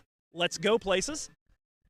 East Bay Blazers trying to go a little closer to 170 at this point. They are exactly 100 runs behind the total put up by the Golden State Grizzlies, 101 necessary to win.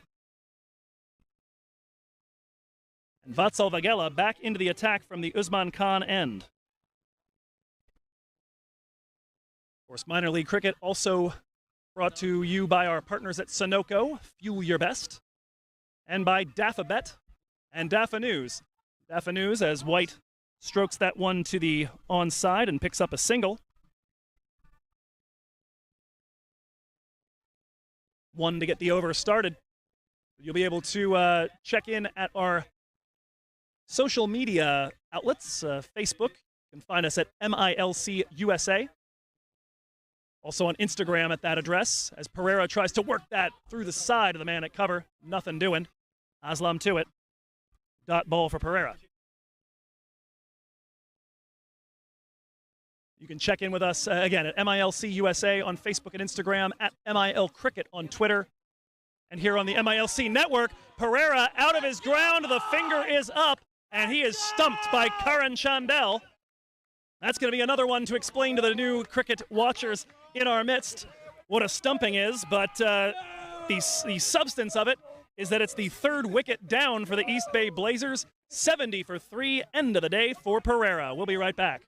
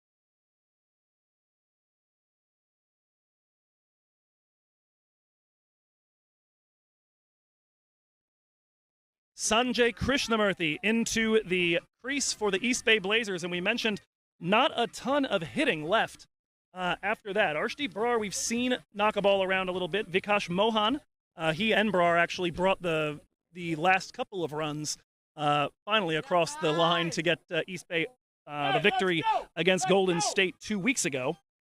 But really besides them, you've got Nawaz Khan, you've got Carmi LaRue. We don't know much about him just yet. Has not batted in minor league cricket just yet, but clearly was brought into the team as a bowler. You've got Gurbaksh Khaira, who hasn't batted a ton this season. So it really is behind these two, Vikash Mohan and Arshdeep Brar. So a need for a partnership, maybe not a 117 partnership, but something relatively impressive here. As Sanjay Krishnamurthy is immediately off the mark with a single.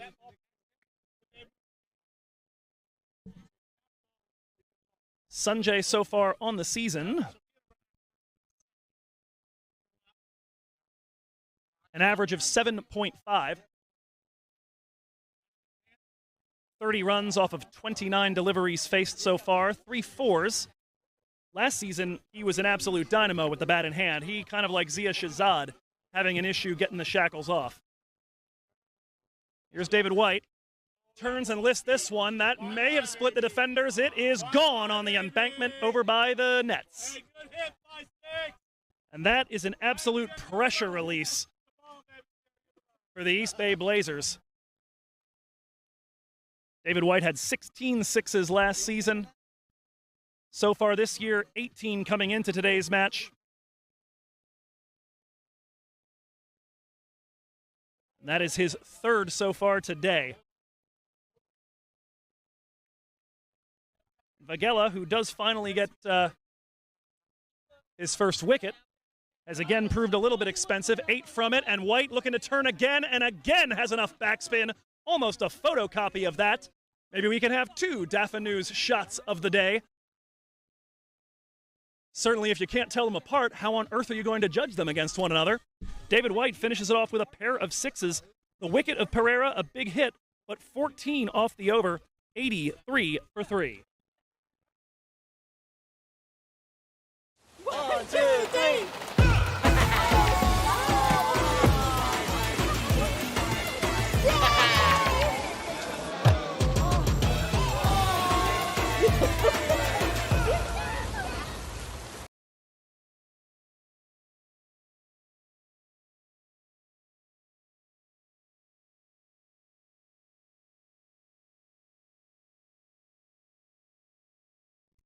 Third over on the trot from the Shahzad Pavilion end for Sohan Bhatt.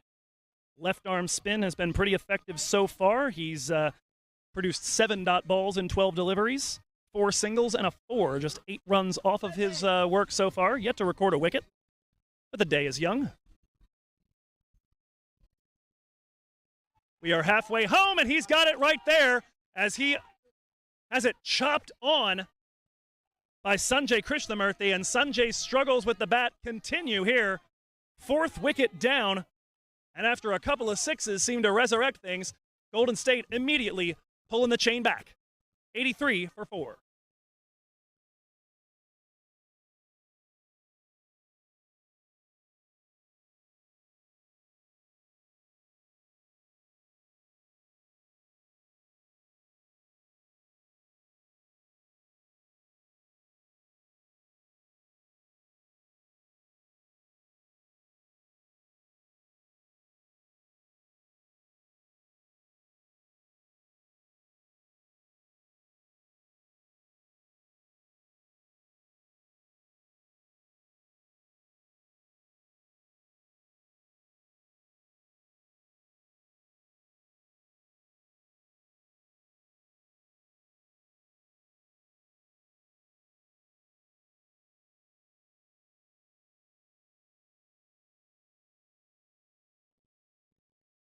After a 58 for 2 power play, the last 4 overs plus a ball, East Bay at 25 for 2. Their run rate has gotten choked off rather rapidly. We're just past the halfway point. They're in good shape in terms of run rate required, needing 87 runs off the remaining almost 10 overs. Not so different from what they needed in terms of runs per over at the start of the affair, but the wickets lost are starting to become a problem. Vikash Mohan and David White now at the crease, and as we mentioned, after that, you're pretty much down to Arshdeep Brar, Gurbaksh Khaira, and the other bowlers. And so not an ideal scenario here, a match that looks like it's reasonably well calibrated for East Bay, maybe a 50-50 shot, but one more wicket could really change quite a bit. Now, Vikash Mohan, who comes in here, one of several Trinidad and Tobago natives on the East Bay Blazers team to go along with Jaron Alfred, who's not involved in today's match, and Mark Dayal. He'll face his first delivery here from Sohan Bhatt.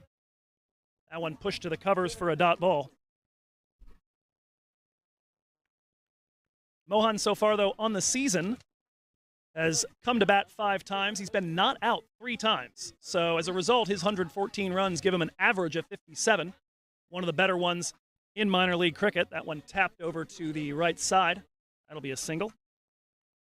And Vikash Mohan underway. Vikash striking at 146, 4 4s and 9 6s in the 78 deliveries he's faced.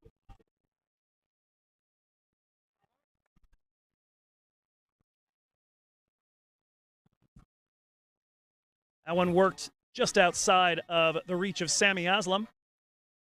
That'll be another single as the two of them look to feel leather on willow and try to restabilize themselves. A couple of wickets lost in the last 2 overs. Vaghela got the captain Pereira. And Sohan Bhatt got his first wicket of the day. Clean bowling, Sanjay Krishnamurthy. Mohan lets that one in on the body and tips it to the onside. That'll be another single.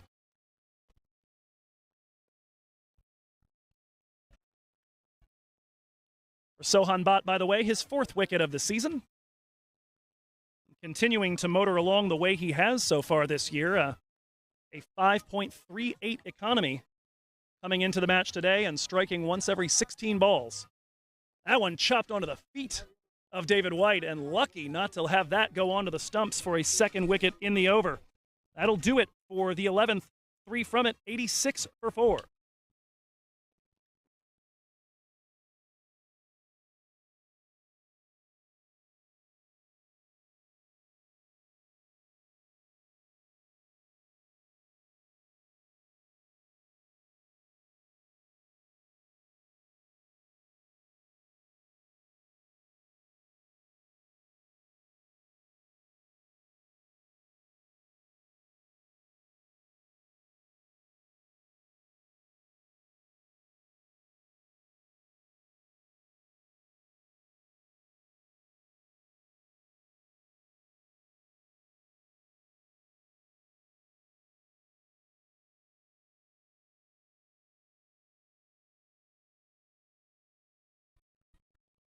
It'll be Zia Shahzad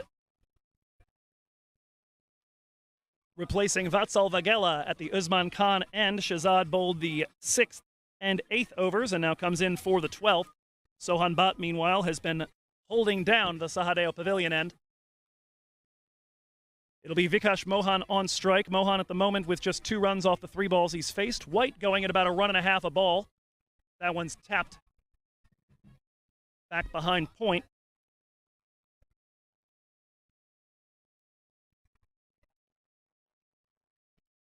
Probably Mohan's best game of the season came in the game between these two sides last time out.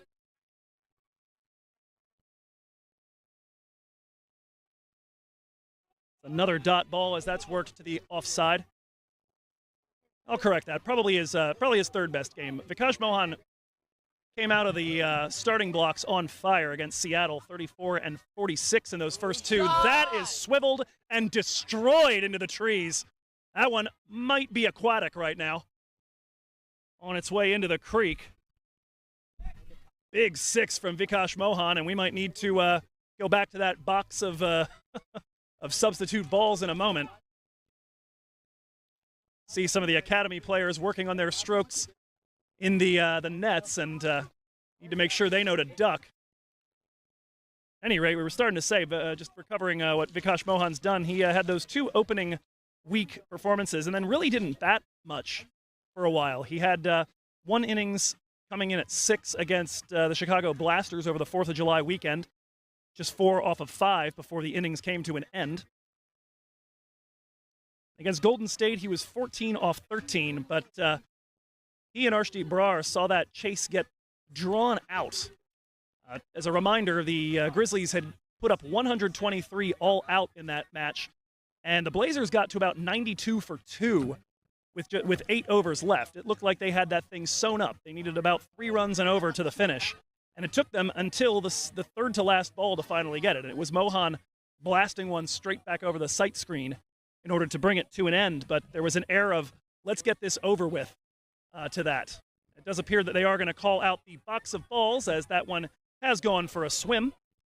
And so we'll take the opportunity to take you around minor league cricket briefly and let you know what else is going on over in Canyonside Park in San Diego. Surf Riders, chasing 161, have put up 31 runs in the first 3 overs without loss, so they're in a good position right now as they get started. Of course, very, very early in the innings. We've seen ourselves how quickly things can change. The East Bay Blazers seemed very much on top of Golden State in the first innings, and then a long partnership ended that.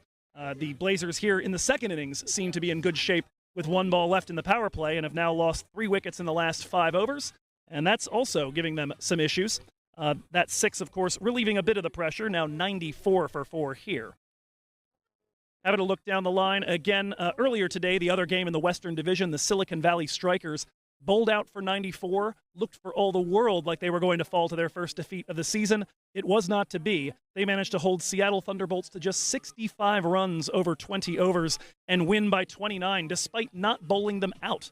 So an impressive thing there. They go to 10-0.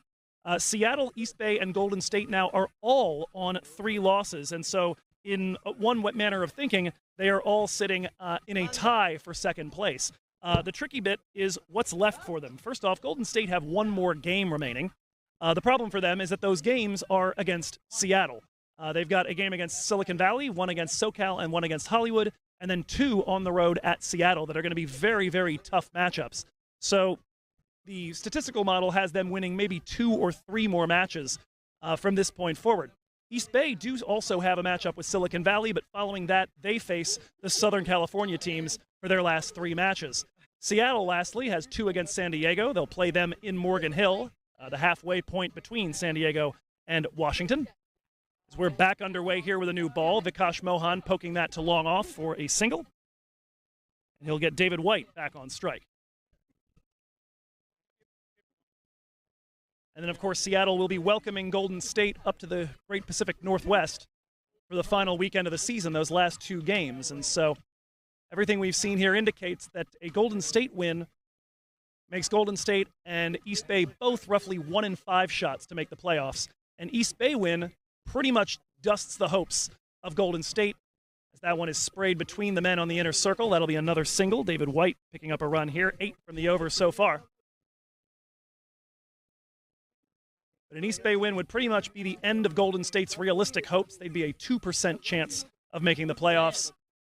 It would make them the favorite at 60%. Vikash Mohan swiveling again. That's headed to the embankment. That is another 6. Mohan with 13 off of his own bat for the over, 14 for the team. And that brings up the 100. 100 for 4 with 8 overs left.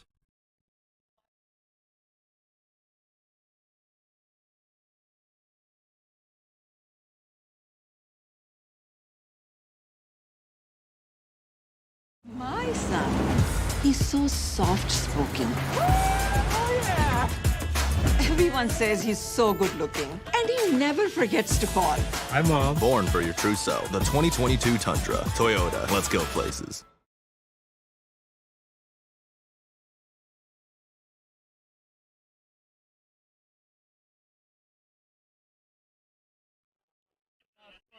Eight overs to go, and if you believe in the research of ESPN Cricinfo writer Himanish Ganju, the median mark, the place where you are at a break-even point, 50-50 likelihood of winning a T20 match, is 71 runs away from the total to chase and 4 wickets down. And for every wicket that you might have more in hand or less in hand, you add or subtract 5 runs from that. With 8 overs to go, the East Bay Blazers are 70 runs from the target with 4 wickets down. So this would appear to be on WinViz a 50-50 shot. Absolutely everything in the balance as Sohan Bhatt bowls to David White. That's coming to us. Goodness gracious, that was directly over my head. I'm just glad the branches weren't strong enough here. Looks like it may have gotten somebody behind us, but David White giving us a great view of one of the Dafa News shots of the game. That was a missile.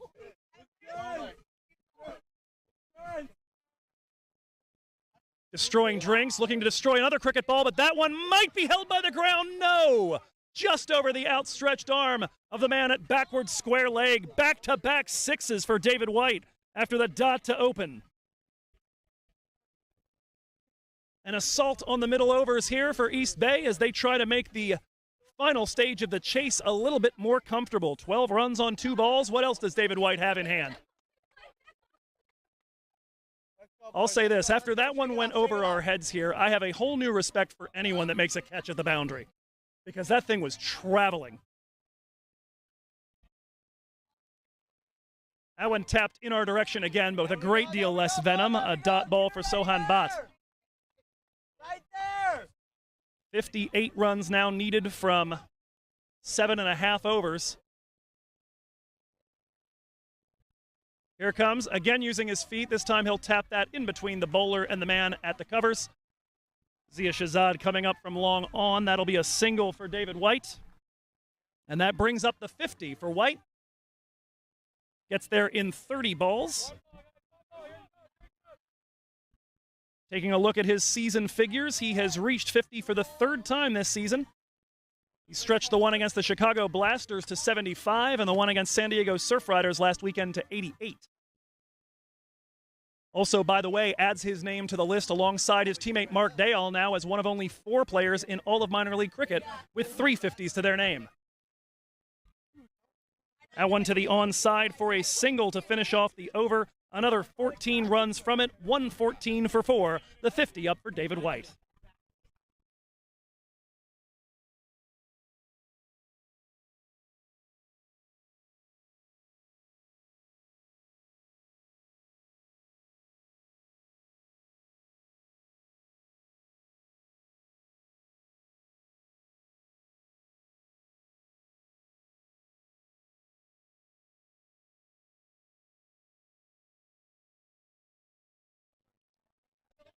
Well, it took 4 overs, but the Blazers finally get to Sohan Bhatt. 14 runs off of his last over of work. Bhatt finishes off with 1 wicket for 26 runs off his 4 overs. It appears, I believe, that we've got Vatsal Vagela about to take the ball again from the Usman Khan end. He and Zia Shahzad have been alternating from that end for the last handful of overs. And the Mohan White partnership so far bearing some decent fruit for the Blazers. A quick-fire 31 runs. Coming in just 19, actually, correct, that's 17 balls. Here comes Vagela around the wicket, right back to him, but that is a bump ball. Dot to start off Mohan, who at the moment is at 16 off 10 deliveries. 2 maximums for him as well. He sent a ball bathing over in the creek. Mohan, wow, that is an interesting off-balance shot, and it's going to hang up near the boundary and is taken by Zia Shahzad. Let's go! And just like that, the partnership at an end. It is going to take a special knock from David White to get it done. Arshdeep Brar coming out to partner him. 16 off 11, but the partnership over too soon for East Bay Blazers' liking. 114 for 5.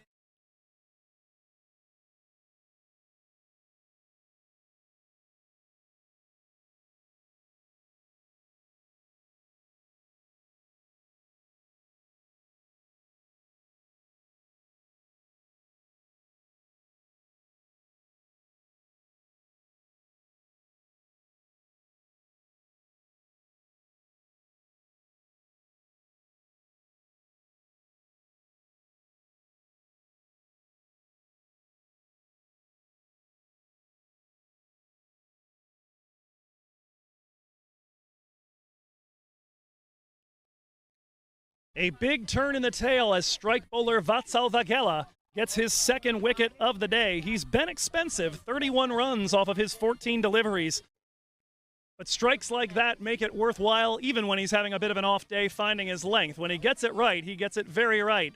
And we saw there, that ball made it near to the boundary, but Vikash Mohan with a very awkward off-balance attempt to serve that ball over to mid-wicket. And it hung up there for Zia Shahzad, who made no mistakes. 5 down, 5 wickets in hand. But that's a big change. Now, Arshdeep Brar comes in. He's had 3 times at the crease so far this season. He's batted against Lone Star Athletics, against the Grizzlies, and against the Strikers, and he's yet to get past 6 runs. That one is tapped. The hand up? No. Sorry, we saw... We saw the outstretched glove of David White that for a moment looked like maybe that was the finger of the umpire up at the top of Vagela's run-up. Nothing given. A dot ball to Arshdeep Brar in his first. The thing about Brar here is that last season he had his best day in cricket, at least here in the minor league cricket championships, at this venue as he tips that one back behind, and that is fine enough to run all the way away. It's got to work its way up the hill and does. Ruchir Joshi might have had a shot at that with a jump because the boundary suddenly slopes sharply upward at the very, very end, but nothing doing. That's a 4 for Arshdeep Brar. We were starting to say Brar had his best day in minor league cricket here. He went 52 off 30 in the final game of the season between these two sides. Didn't turn out to be enough to get the chase done.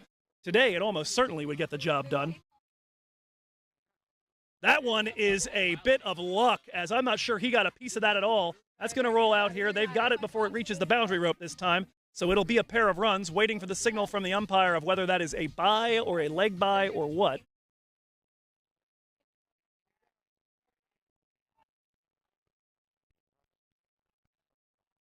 Also got a drop here, so he did in fact make contact with that, and Chandel couldn't hold it.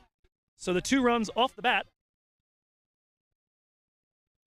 Last ball of the over for Vagella. It's been an eventful one. That's poked to the man at long off. That'll be a single to finish. Brar retains the strike, 7 off the last 3 balls after the crucial wicket of Vikash Mohan.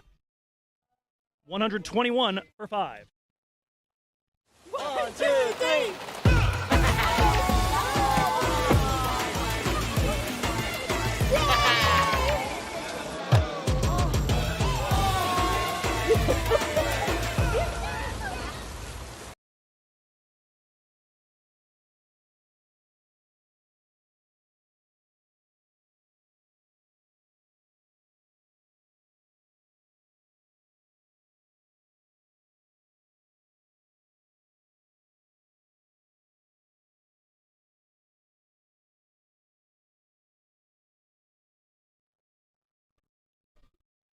Arshdeep Brar on strike. Ehsan Adil back into the attack for the 15th over. And I think given how much Adil generally bowls almost exclusively the power play and death overs, so far this season, 53% of his overs in the power play, 41% at the death. You do the math on that, that leaves 6%, which I think might just simply be 1 over, maybe 2, that he's bowled outside of those 2 periods. But he comes in a little early here because I think that the Grizzlies are keenly aware of how important getting 1 more wicket would be. Brar would be useful. White would be huge if they can manage it in terms of affecting the flow of this game. That's a swing and a miss on the first delivery to Brar. 35 deliveries left, 49 runs needed for victory, and a chance for the Blazers to become the favored team in this 4-team race for the Western Division playoff spots. We told you earlier today, the Silicon Valley Strikers victorious, somehow, in the Pacific Northwest, despite being bowled out for 95.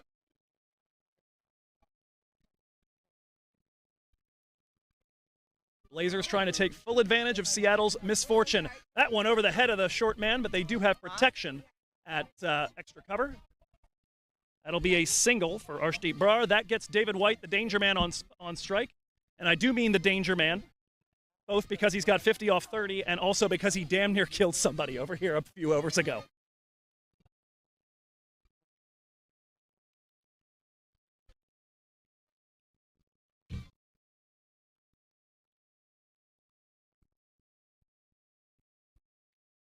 Adil so far on the season, one of the leading wicket takers in minor league cricket, came into action today with 17 to his name. He has yet to add to that total. Looking for the big fish. Here it comes to David White. Tap back to Adil on a bounce. That'll be a dot. Let's go, boys! And the party time crowd here at Arroyo Park looking to get behind their Grizzlies. Unlike a Blazers Strikers game in Morgan Hill, there is a very clear home team this afternoon. A hot day in Davis, 96 degrees. And the heat getting turned up on the Western Division playoff race. Just 1 off the first 3 balls from Ehsan Adil. Adil added to the roster in place of Niraj Goel, who was one of the leading wicket takers last season. That one stroked and through.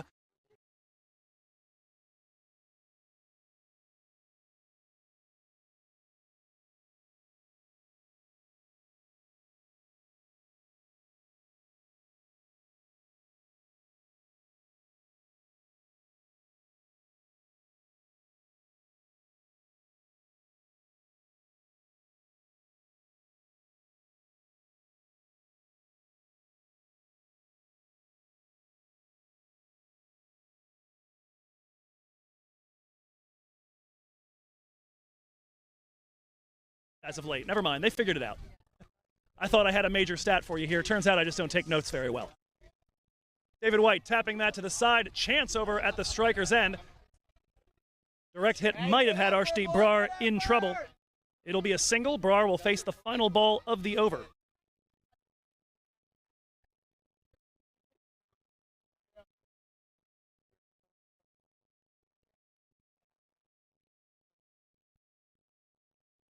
Brar so far off to a decent start, 8 runs off 6.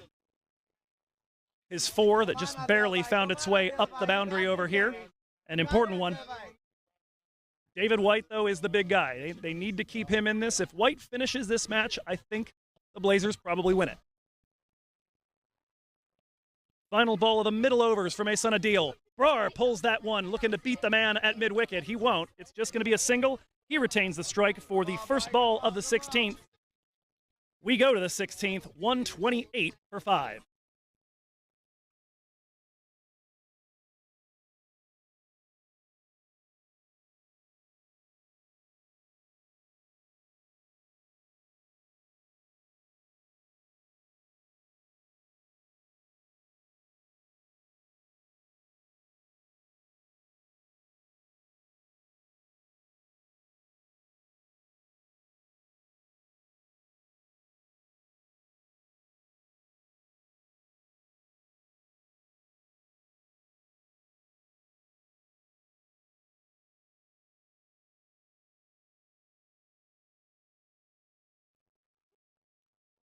'22 Toyota Minor League Cricket Championships are brought to you by Sunoco.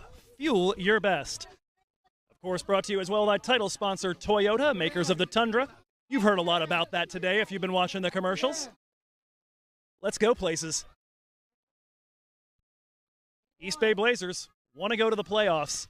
A big step to be taken if they can get 42 runs off the last 30 balls. Arshdeep Brar, an expansive swing after a wide ball from Vatsal Vagela, is a dot to start. Vagela bowling from the Usman Khan end.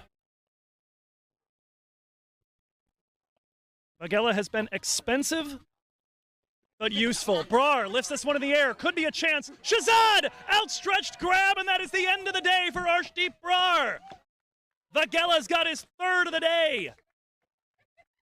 You almost have no problem with the 38 runs he's conceded when he's doing that.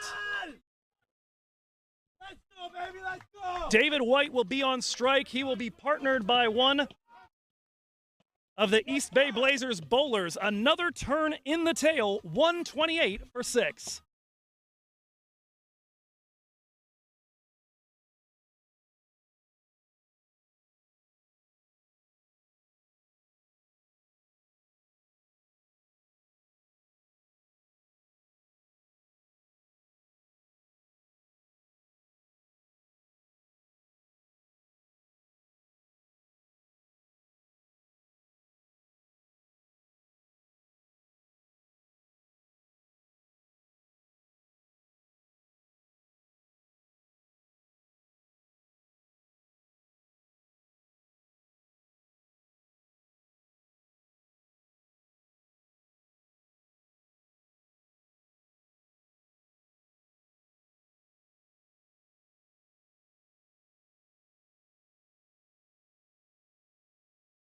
.42 runs needed off 28 balls. The run rate required exactly a run and a half per ball, 9 per over from this point forward. But just 4 wickets in hand, and it's now David White and a number of rather unproven batsmen. We're going to see Gurbaksh Singh Khaira in at the crease. He has faced exactly 17 deliveries this season. He's delivered 15 runs, 1-4, 1-6. Tells you that even among those 17 strokes, not a ton of scoring strokes. David White, however, on strike for the next delivery from Vagela. That one worked down towards third man. Good play by Sohan Bhatt. And a dot ball. He's scared, boy! He's scared! He's scared! White with 55 off 34 so far. Arshdeep Brar's day brought to an end. 9 off 9 for him. That one worked past the man at extra cover, and that is all the way to the boundary for a 4.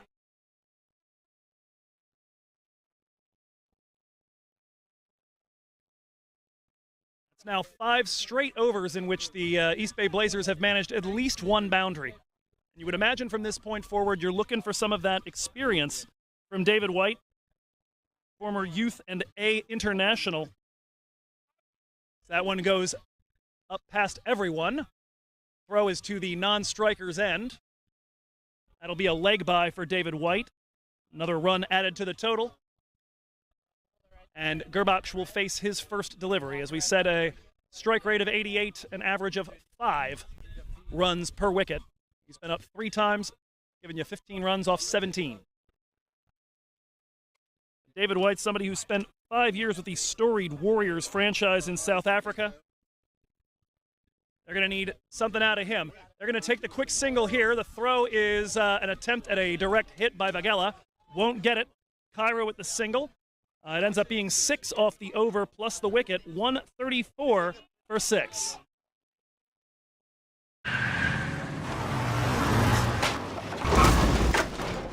What's up, Doug?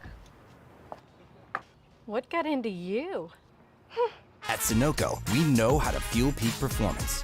Fuel your best.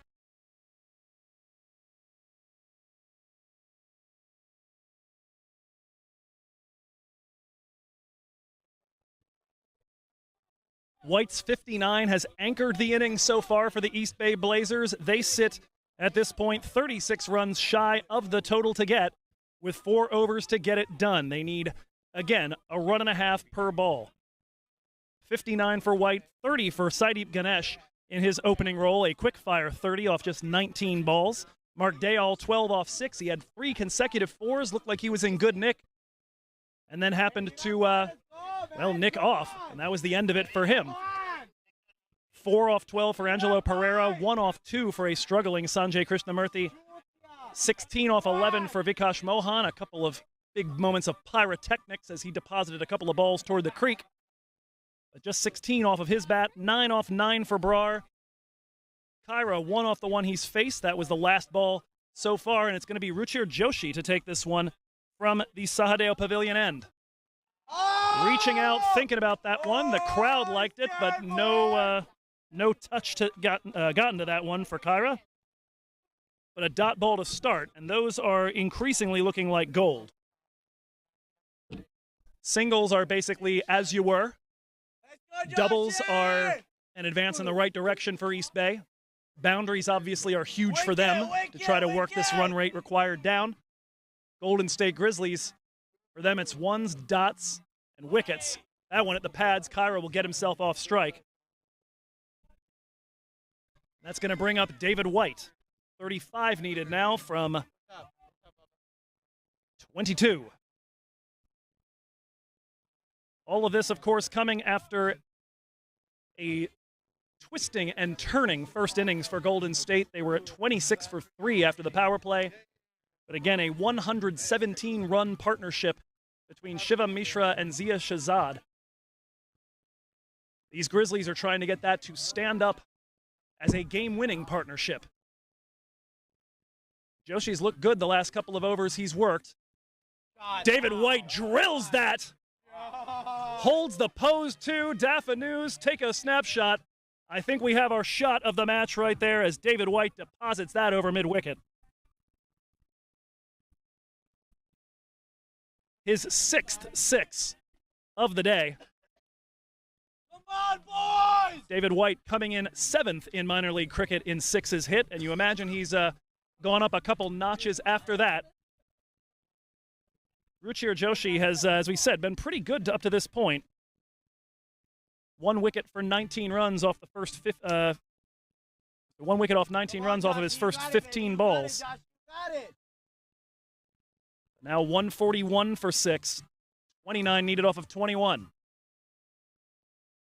White feathers that one down to third man. They'll take the single. That's okay. Give them the single all day.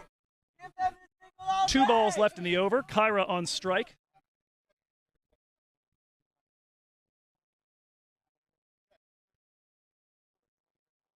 Again, a match with big implications for the playoff picture.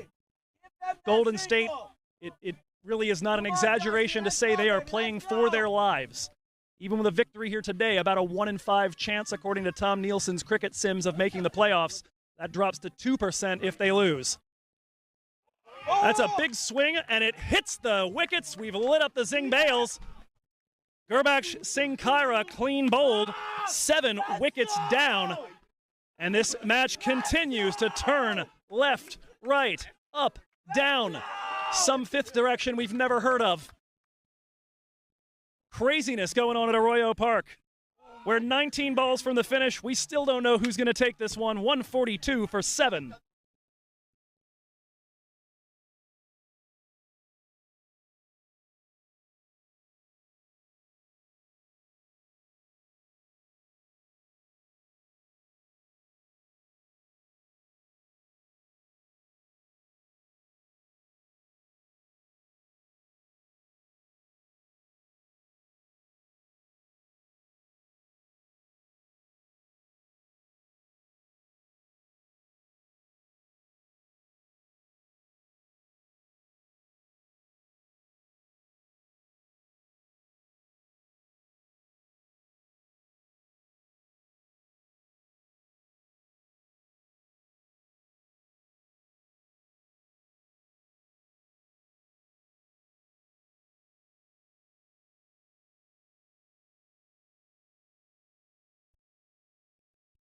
Seven wickets down now, 142 for 7, 28 runs needed from the final 19 deliveries of this epic clash. Two teams playing for their lives. David White still in, as he has been from the very get-go, 66, good for his third 50 of the season. Only 3 other players in minor league cricket can say they've got that. But it's largely going to have to be him to get to the finish line here. Nawaz Khan in to partner him. Khan on the season has faced 2 deliveries. He has scored 1 run.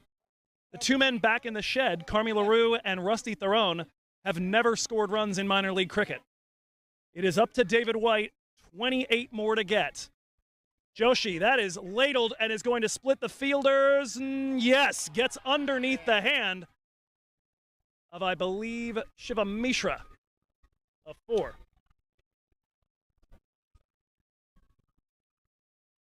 And so that 4 to finish off the over is a big one coming off the bat of Nawaz Khan, and that's going to leave us at 146 for 7. 3 overs to go. Took that last corner pretty quick. Sir, I need one hand on the roof, one hand on the pump. Timeout for Sunoco Go Rewards. Keep pumping. With new Sunoco Go rewards, when you fuel, you save, because rewards come first.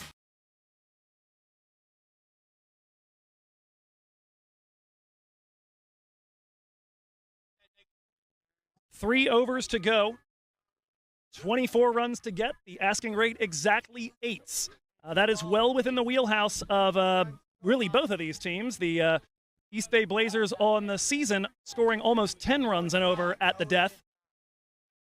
And the Golden State Grizzlies giving up about 9 runs and over at the death. The thing to watch out for is that the Grizzlies take wickets like almost no other team in this division, perhaps in minor league cricket, at the death. They are averaging 10.5 runs per wicket, which means they are averaging roughly 4 to 5 wickets at the death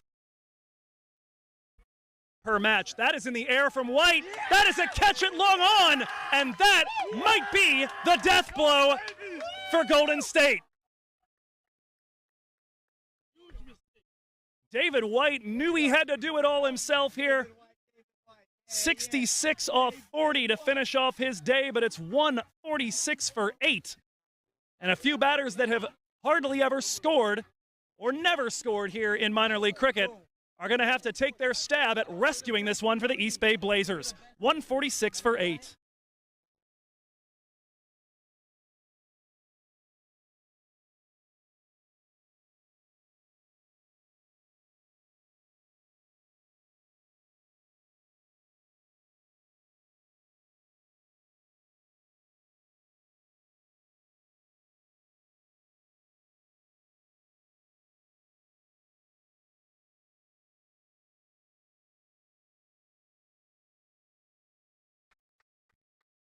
All right, Carmi LaRue, you want to become a household name with the East Bay Blazers in your debut? Here's your chance.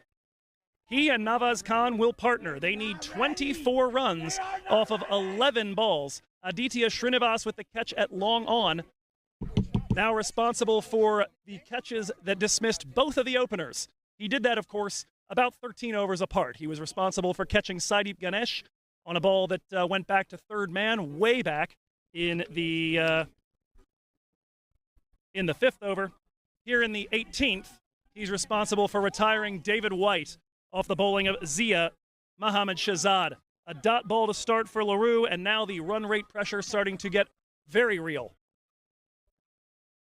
I'm sorry, I've been saying off 11. I'm doing the math wrong in my head. It's 24 off of. That's a flick. An appeal for a caught behind. Umpire says he did not get a piece of that. Said, my sincere apologies. I think the blood rushing to my head here in a very intense game. It is not 24 needed off 11. It was 24 needed off of 17. Now make it 15.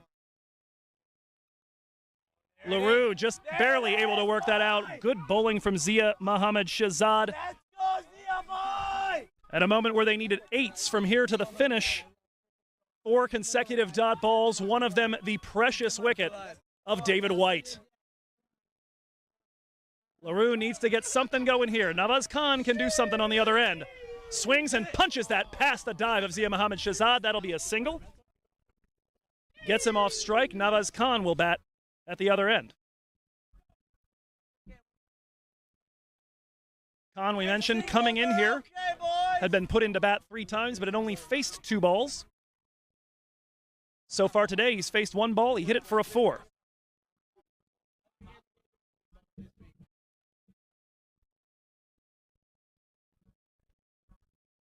Here comes the final ball of the 18th. Nawaz works that off his hip. Carmi LaRue needing to make sure he gets himself across the crease line, looking for the direct hit, was Ruchir Joshi, but that will do it for the over. A pair of singles at the end, 2 from it, 148 for 8.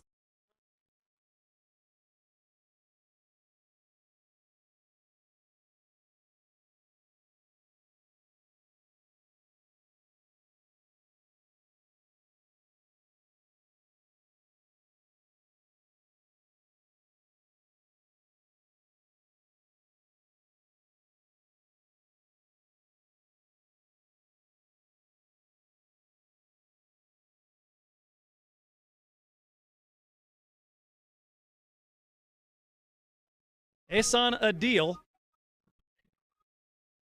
getting ready to bowl over number 19. It's often regarded as the most important over, the penultimate over, for those that love that word. He'll be digging in against the number 9 and 10 for the East Bay Blazers, Nawaz Khan and Carmi LaRue. Khan able to get himself on strike. He's faced 2 balls and has 5 runs off of them so far. 2 overs to go, 22 runs to get, 2 wickets left in hand. Deuce is wild here at Arroyo Park in Davis, California. Ehsan Adil to face Nawaz Khan. Here it comes. That is struck, but there is protection out there in the deep. Aditya Srinivas, who has been so important on the defensive end, picks that up. It is a single. 21 now needed from 10. That'll put Carmi LaRue back on strike. He has had a hard time getting off of it. The only hope for East Bay at this point is to get some expansive drives going here. The odds that they're going to get this with a few doubles, not likely. 21 needed. That's a couple 6s. It's a few 4s. Could be done. Ehsan Adil. 5 more balls left in his spell. Struck by LaRue. That's going to hang in the air. Aslam makes the catch. 9 wickets down. Golden State are 1 wicket from a crucial victory. Carmi LaRue goes for just a single run off of 5 balls in his debut. 10 balls left, but we will see when we come back with Rusty Theron striding to the crease whether Golden State even needs them. 149 for 9.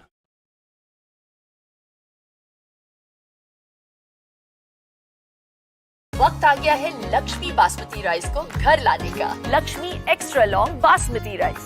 इसका हर दाना हो इतना लंबा, पकते हुए महके और plate पे क्या खूब खिले। हाँ, मेरे घर लाने का।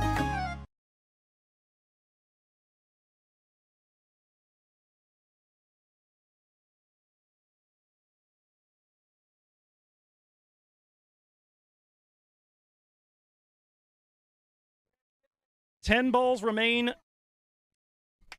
21 runs to try to get off of them. Carmi LaRue has been dismissed. Rusty Theron is in at 11. The good news for the Blazers is Navaz Khan, who has actually scored in minor league cricket play, got himself on strike by crossing over with LaRue. Here comes Adil steaming in, looking for number 10, and an end to the affair. Khan strides forward. That one in the air, but no one anywhere near it. They're going to have to push for two. Chance at the non-striker's end. Theron got home. Come on, umpire! 2 off the ball. 19 now needed off 9. Come on, Adil, Bhaiya. Come on, Adil. Come on. Navaz Khan remains on strike. His contribution so far quite valuable. 8 runs off 4 deliveries. Looking to farm the strike. Here comes Adil. Swing and a miss. That goes straight back through. No touch on it. A dot ball. 2 left in the over. 19 needed off 8. And to really have much of a chance at this one, it is going to have to be a boundary off of one of these last 2 balls.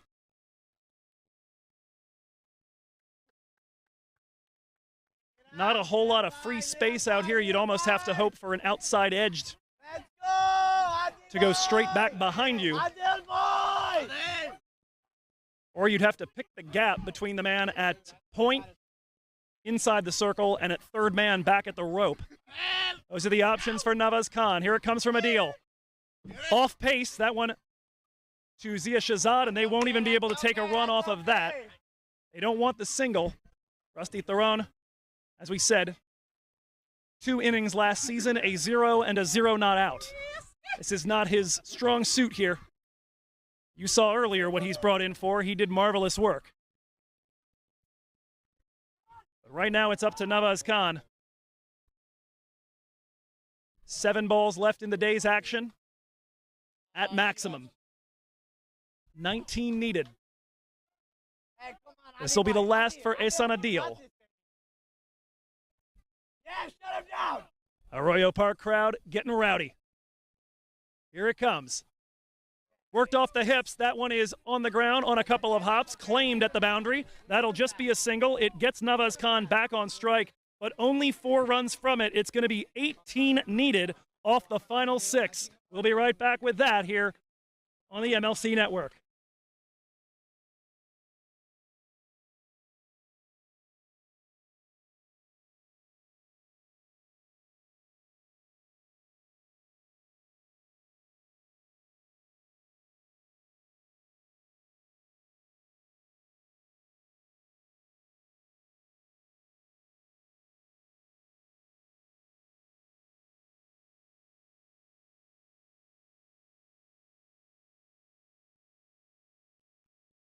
$18 runs needed off the final 6 balls.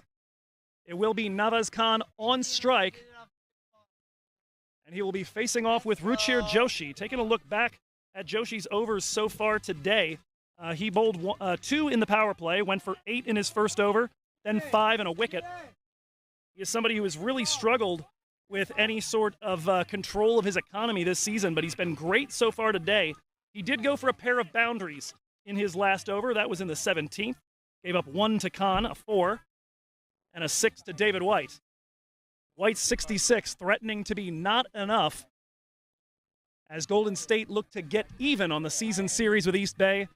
And as we told you at the top, keep their playoff hopes alive.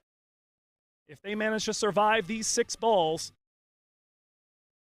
the current cricket sims indicate that they are a 1 in 5 shot of making the playoffs. So would the Blazers be. The Seattle Thunderbolts would be a 3 in 5 shot of it. But all 3 teams would still be alive heading into the last couple of weekends. Navaz Khan on strike against Joshi. 2 wickets to his name so far.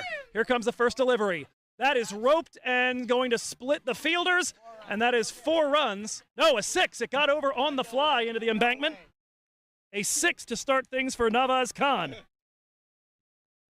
And that absolutely quiets the crowd here in Davis.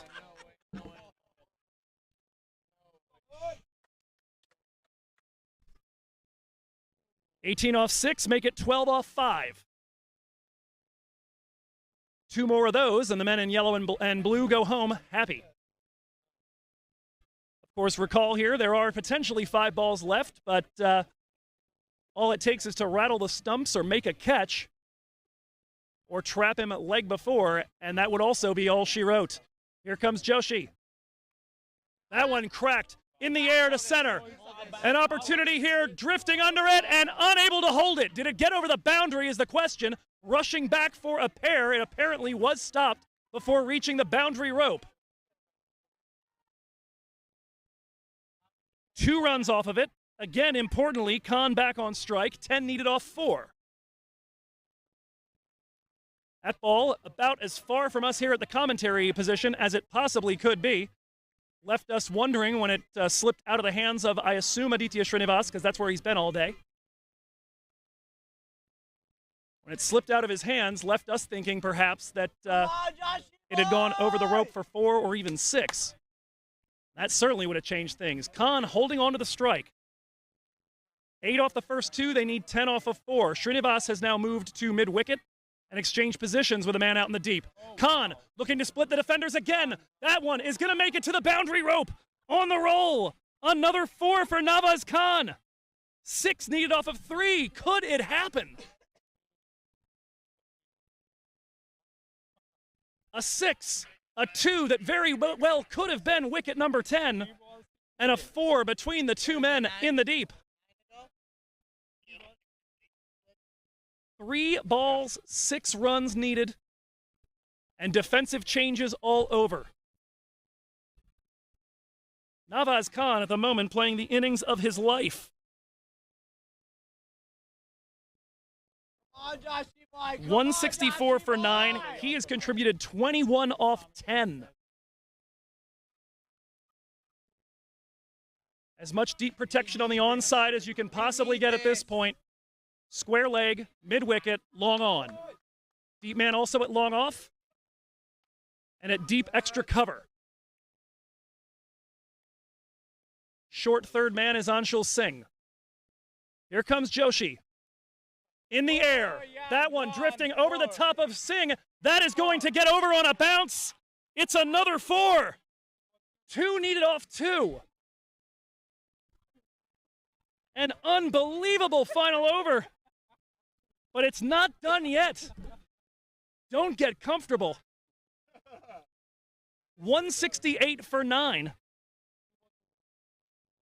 The East Bay Blazers trail by a run. 2 dots or a wicket, and the Golden State Grizzlies win. Another run, and our scores are level. Anything more than that, and East Bay will manage to salvage victory from the jaws of defeat. Ruchir Joshi, who's been so good today, needs 2 great balls. Here comes the first. That one over the top. It's going to reach the boundary rope. Nawaz Khan, what a finish to this one.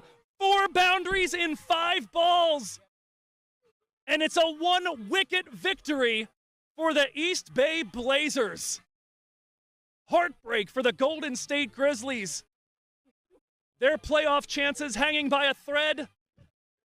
That thread is hanging by a spider silk thread now. The East Bay Blazers starting the day, 20% likelihood of making the postseason, are now definitively favorites for the 2 seed. And a massive day here at Arroyo Park has ended in dramatic fashion. A 1-wicket victory courtesy of Nawaz Khan's 29 off 12. Whew! Let's all catch our breath, folks. We hope the rest of your weekend is every bit as joyful and exciting as that last few moments was. The victory here for East Bay. We will see you next week. A reminder of what is to follow here. We're back at Morgan Hill next weekend on the 30th and 31st of July. We'll finish off the NorCal round robin when the Strikers first host the Blazers, then the Grizzlies on Saturday and Sunday at 2 p.m. We've also got Hollywood hosting the SoCal Lashings and the San Diego Surf Riders at Woodley Park in a back-to-back doubleheader on Saturday. We are looking forward to being there with you for that. Quick thank yous to our team here at Arroyo Park in Davis. We've been happy to be joined here today by Andrew Grindle and Ishan Vardhan on the cameras. Ryan Sahadeo has done such great work to get us set up at the beginning of the day, and Bud Jadabans has been at the controls and quite possibly in your ear holes all day as well. I've been Joe Hickey. I've enjoyed getting to bring this one to you as we continue to grow cricket in America. We hope you'll come back for our next edition of the 2022 Toyota Minor League Cricket Championship presented by Sunoco here on the MLC Network. Until next time, folks. Maharaj, get them to 169, and we start the second innings here with Ehsan Adil bowling at Saideep Ganesh, and we are underway here. East Bay Blazers again chasing 170. Bot, who was essentially the like-for-like swap for Vagela, stays in. That is drilled right toward us. Look out, everybody. Just to the right. That one drilled right back over the goalkeeper's head and toward the sight screen and towards Imperial Avenue. That's a 6 for him. He and White now both have one that he's working off or anything, but he's been very effective as of late and did not bowl a ball. Flared off the edge by Mishra and through the covers for a 4. He was the second leading wicket taker in minor league cricket, the number 1 wicket taker in the Pacific Conference, but Ganesh has worked that over the man at extra cover. Sohan Bhatt Shivam Mishra work in the field last time they met Silicon Valley. Ganesh, nobody in that area at Cow Corner. That is going to get down and roll to the boundary. Another 4. Vagela working around the wicket with the left arm. Ganesh opens up the face of the bat and deposits that one over the rope on the fly. Third boundary of the over for Saideep intact. Ganesh moving the feet, now give himself room. That one's in the air to third man, circling under it and making a diving catch.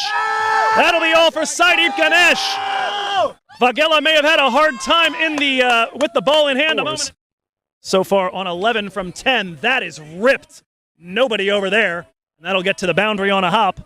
A 4 to finish. 6 is that you want to be about 30% of the way to the total at the end of the power play with at least 2 wickets, or no more than 2 wickets down. That is going to split the 2 fielders just behind. 30% would be about 51 as Dale hoiks that behind square leg on that side. That's going to be another 4, and that does it. They have gotten to the 30% mark. No problem. They talk about in baseball. He's hitting it where they ain't. Back over the wicket. Shahzad, that is given. Mark Dale done. From the remaining almost 12 overs. David White using the feet to meet the pitch of the ball. And that's got some wheels on it. Too fast for the diving play of the man at long off. On Instagram at MIL Cricket on Twitter. And here on the MILC Network, Pereira out of his ground. The finger is up. And he is stumped by Karan Chandel. Here's David White. Turns and lifts this one. That may have split the defenders. It is gone on the embankment over by the nets. Has again proved a little bit expensive. 8 from it, and White looking to turn again, and again has enough backspin. Almost a photocopy of that. Maybe we can have 2 Dafa News shots of the day.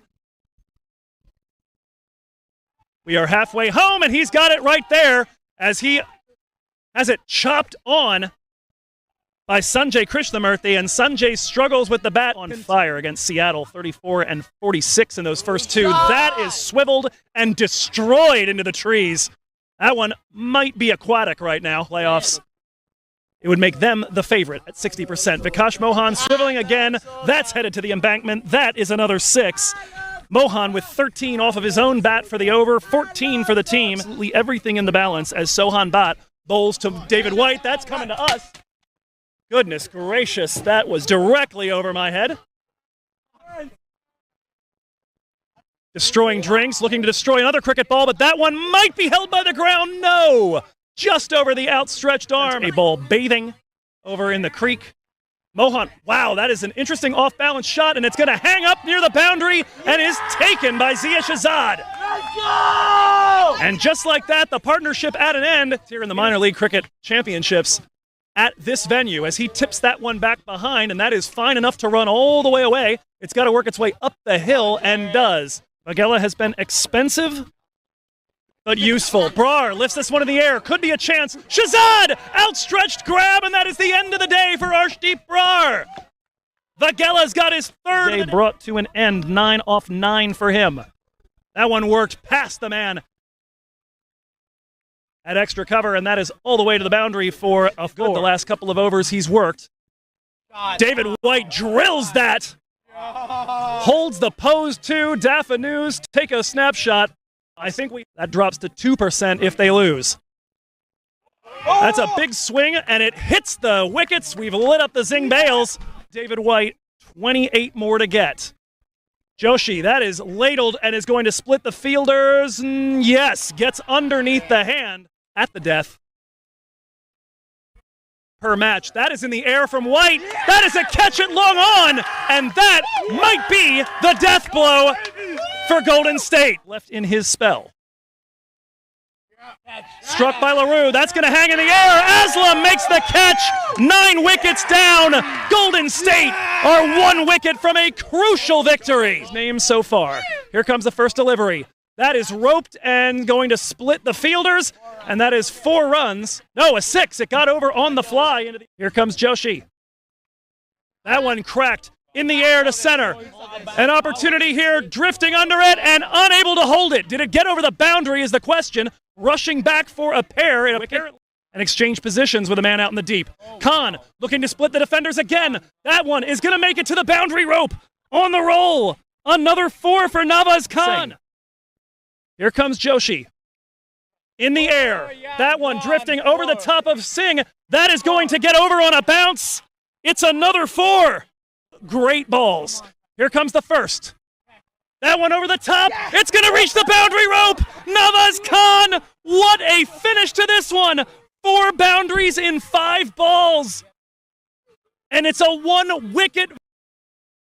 You're watching the Toyota Minor League Cricket Championship, presented by Sunoco.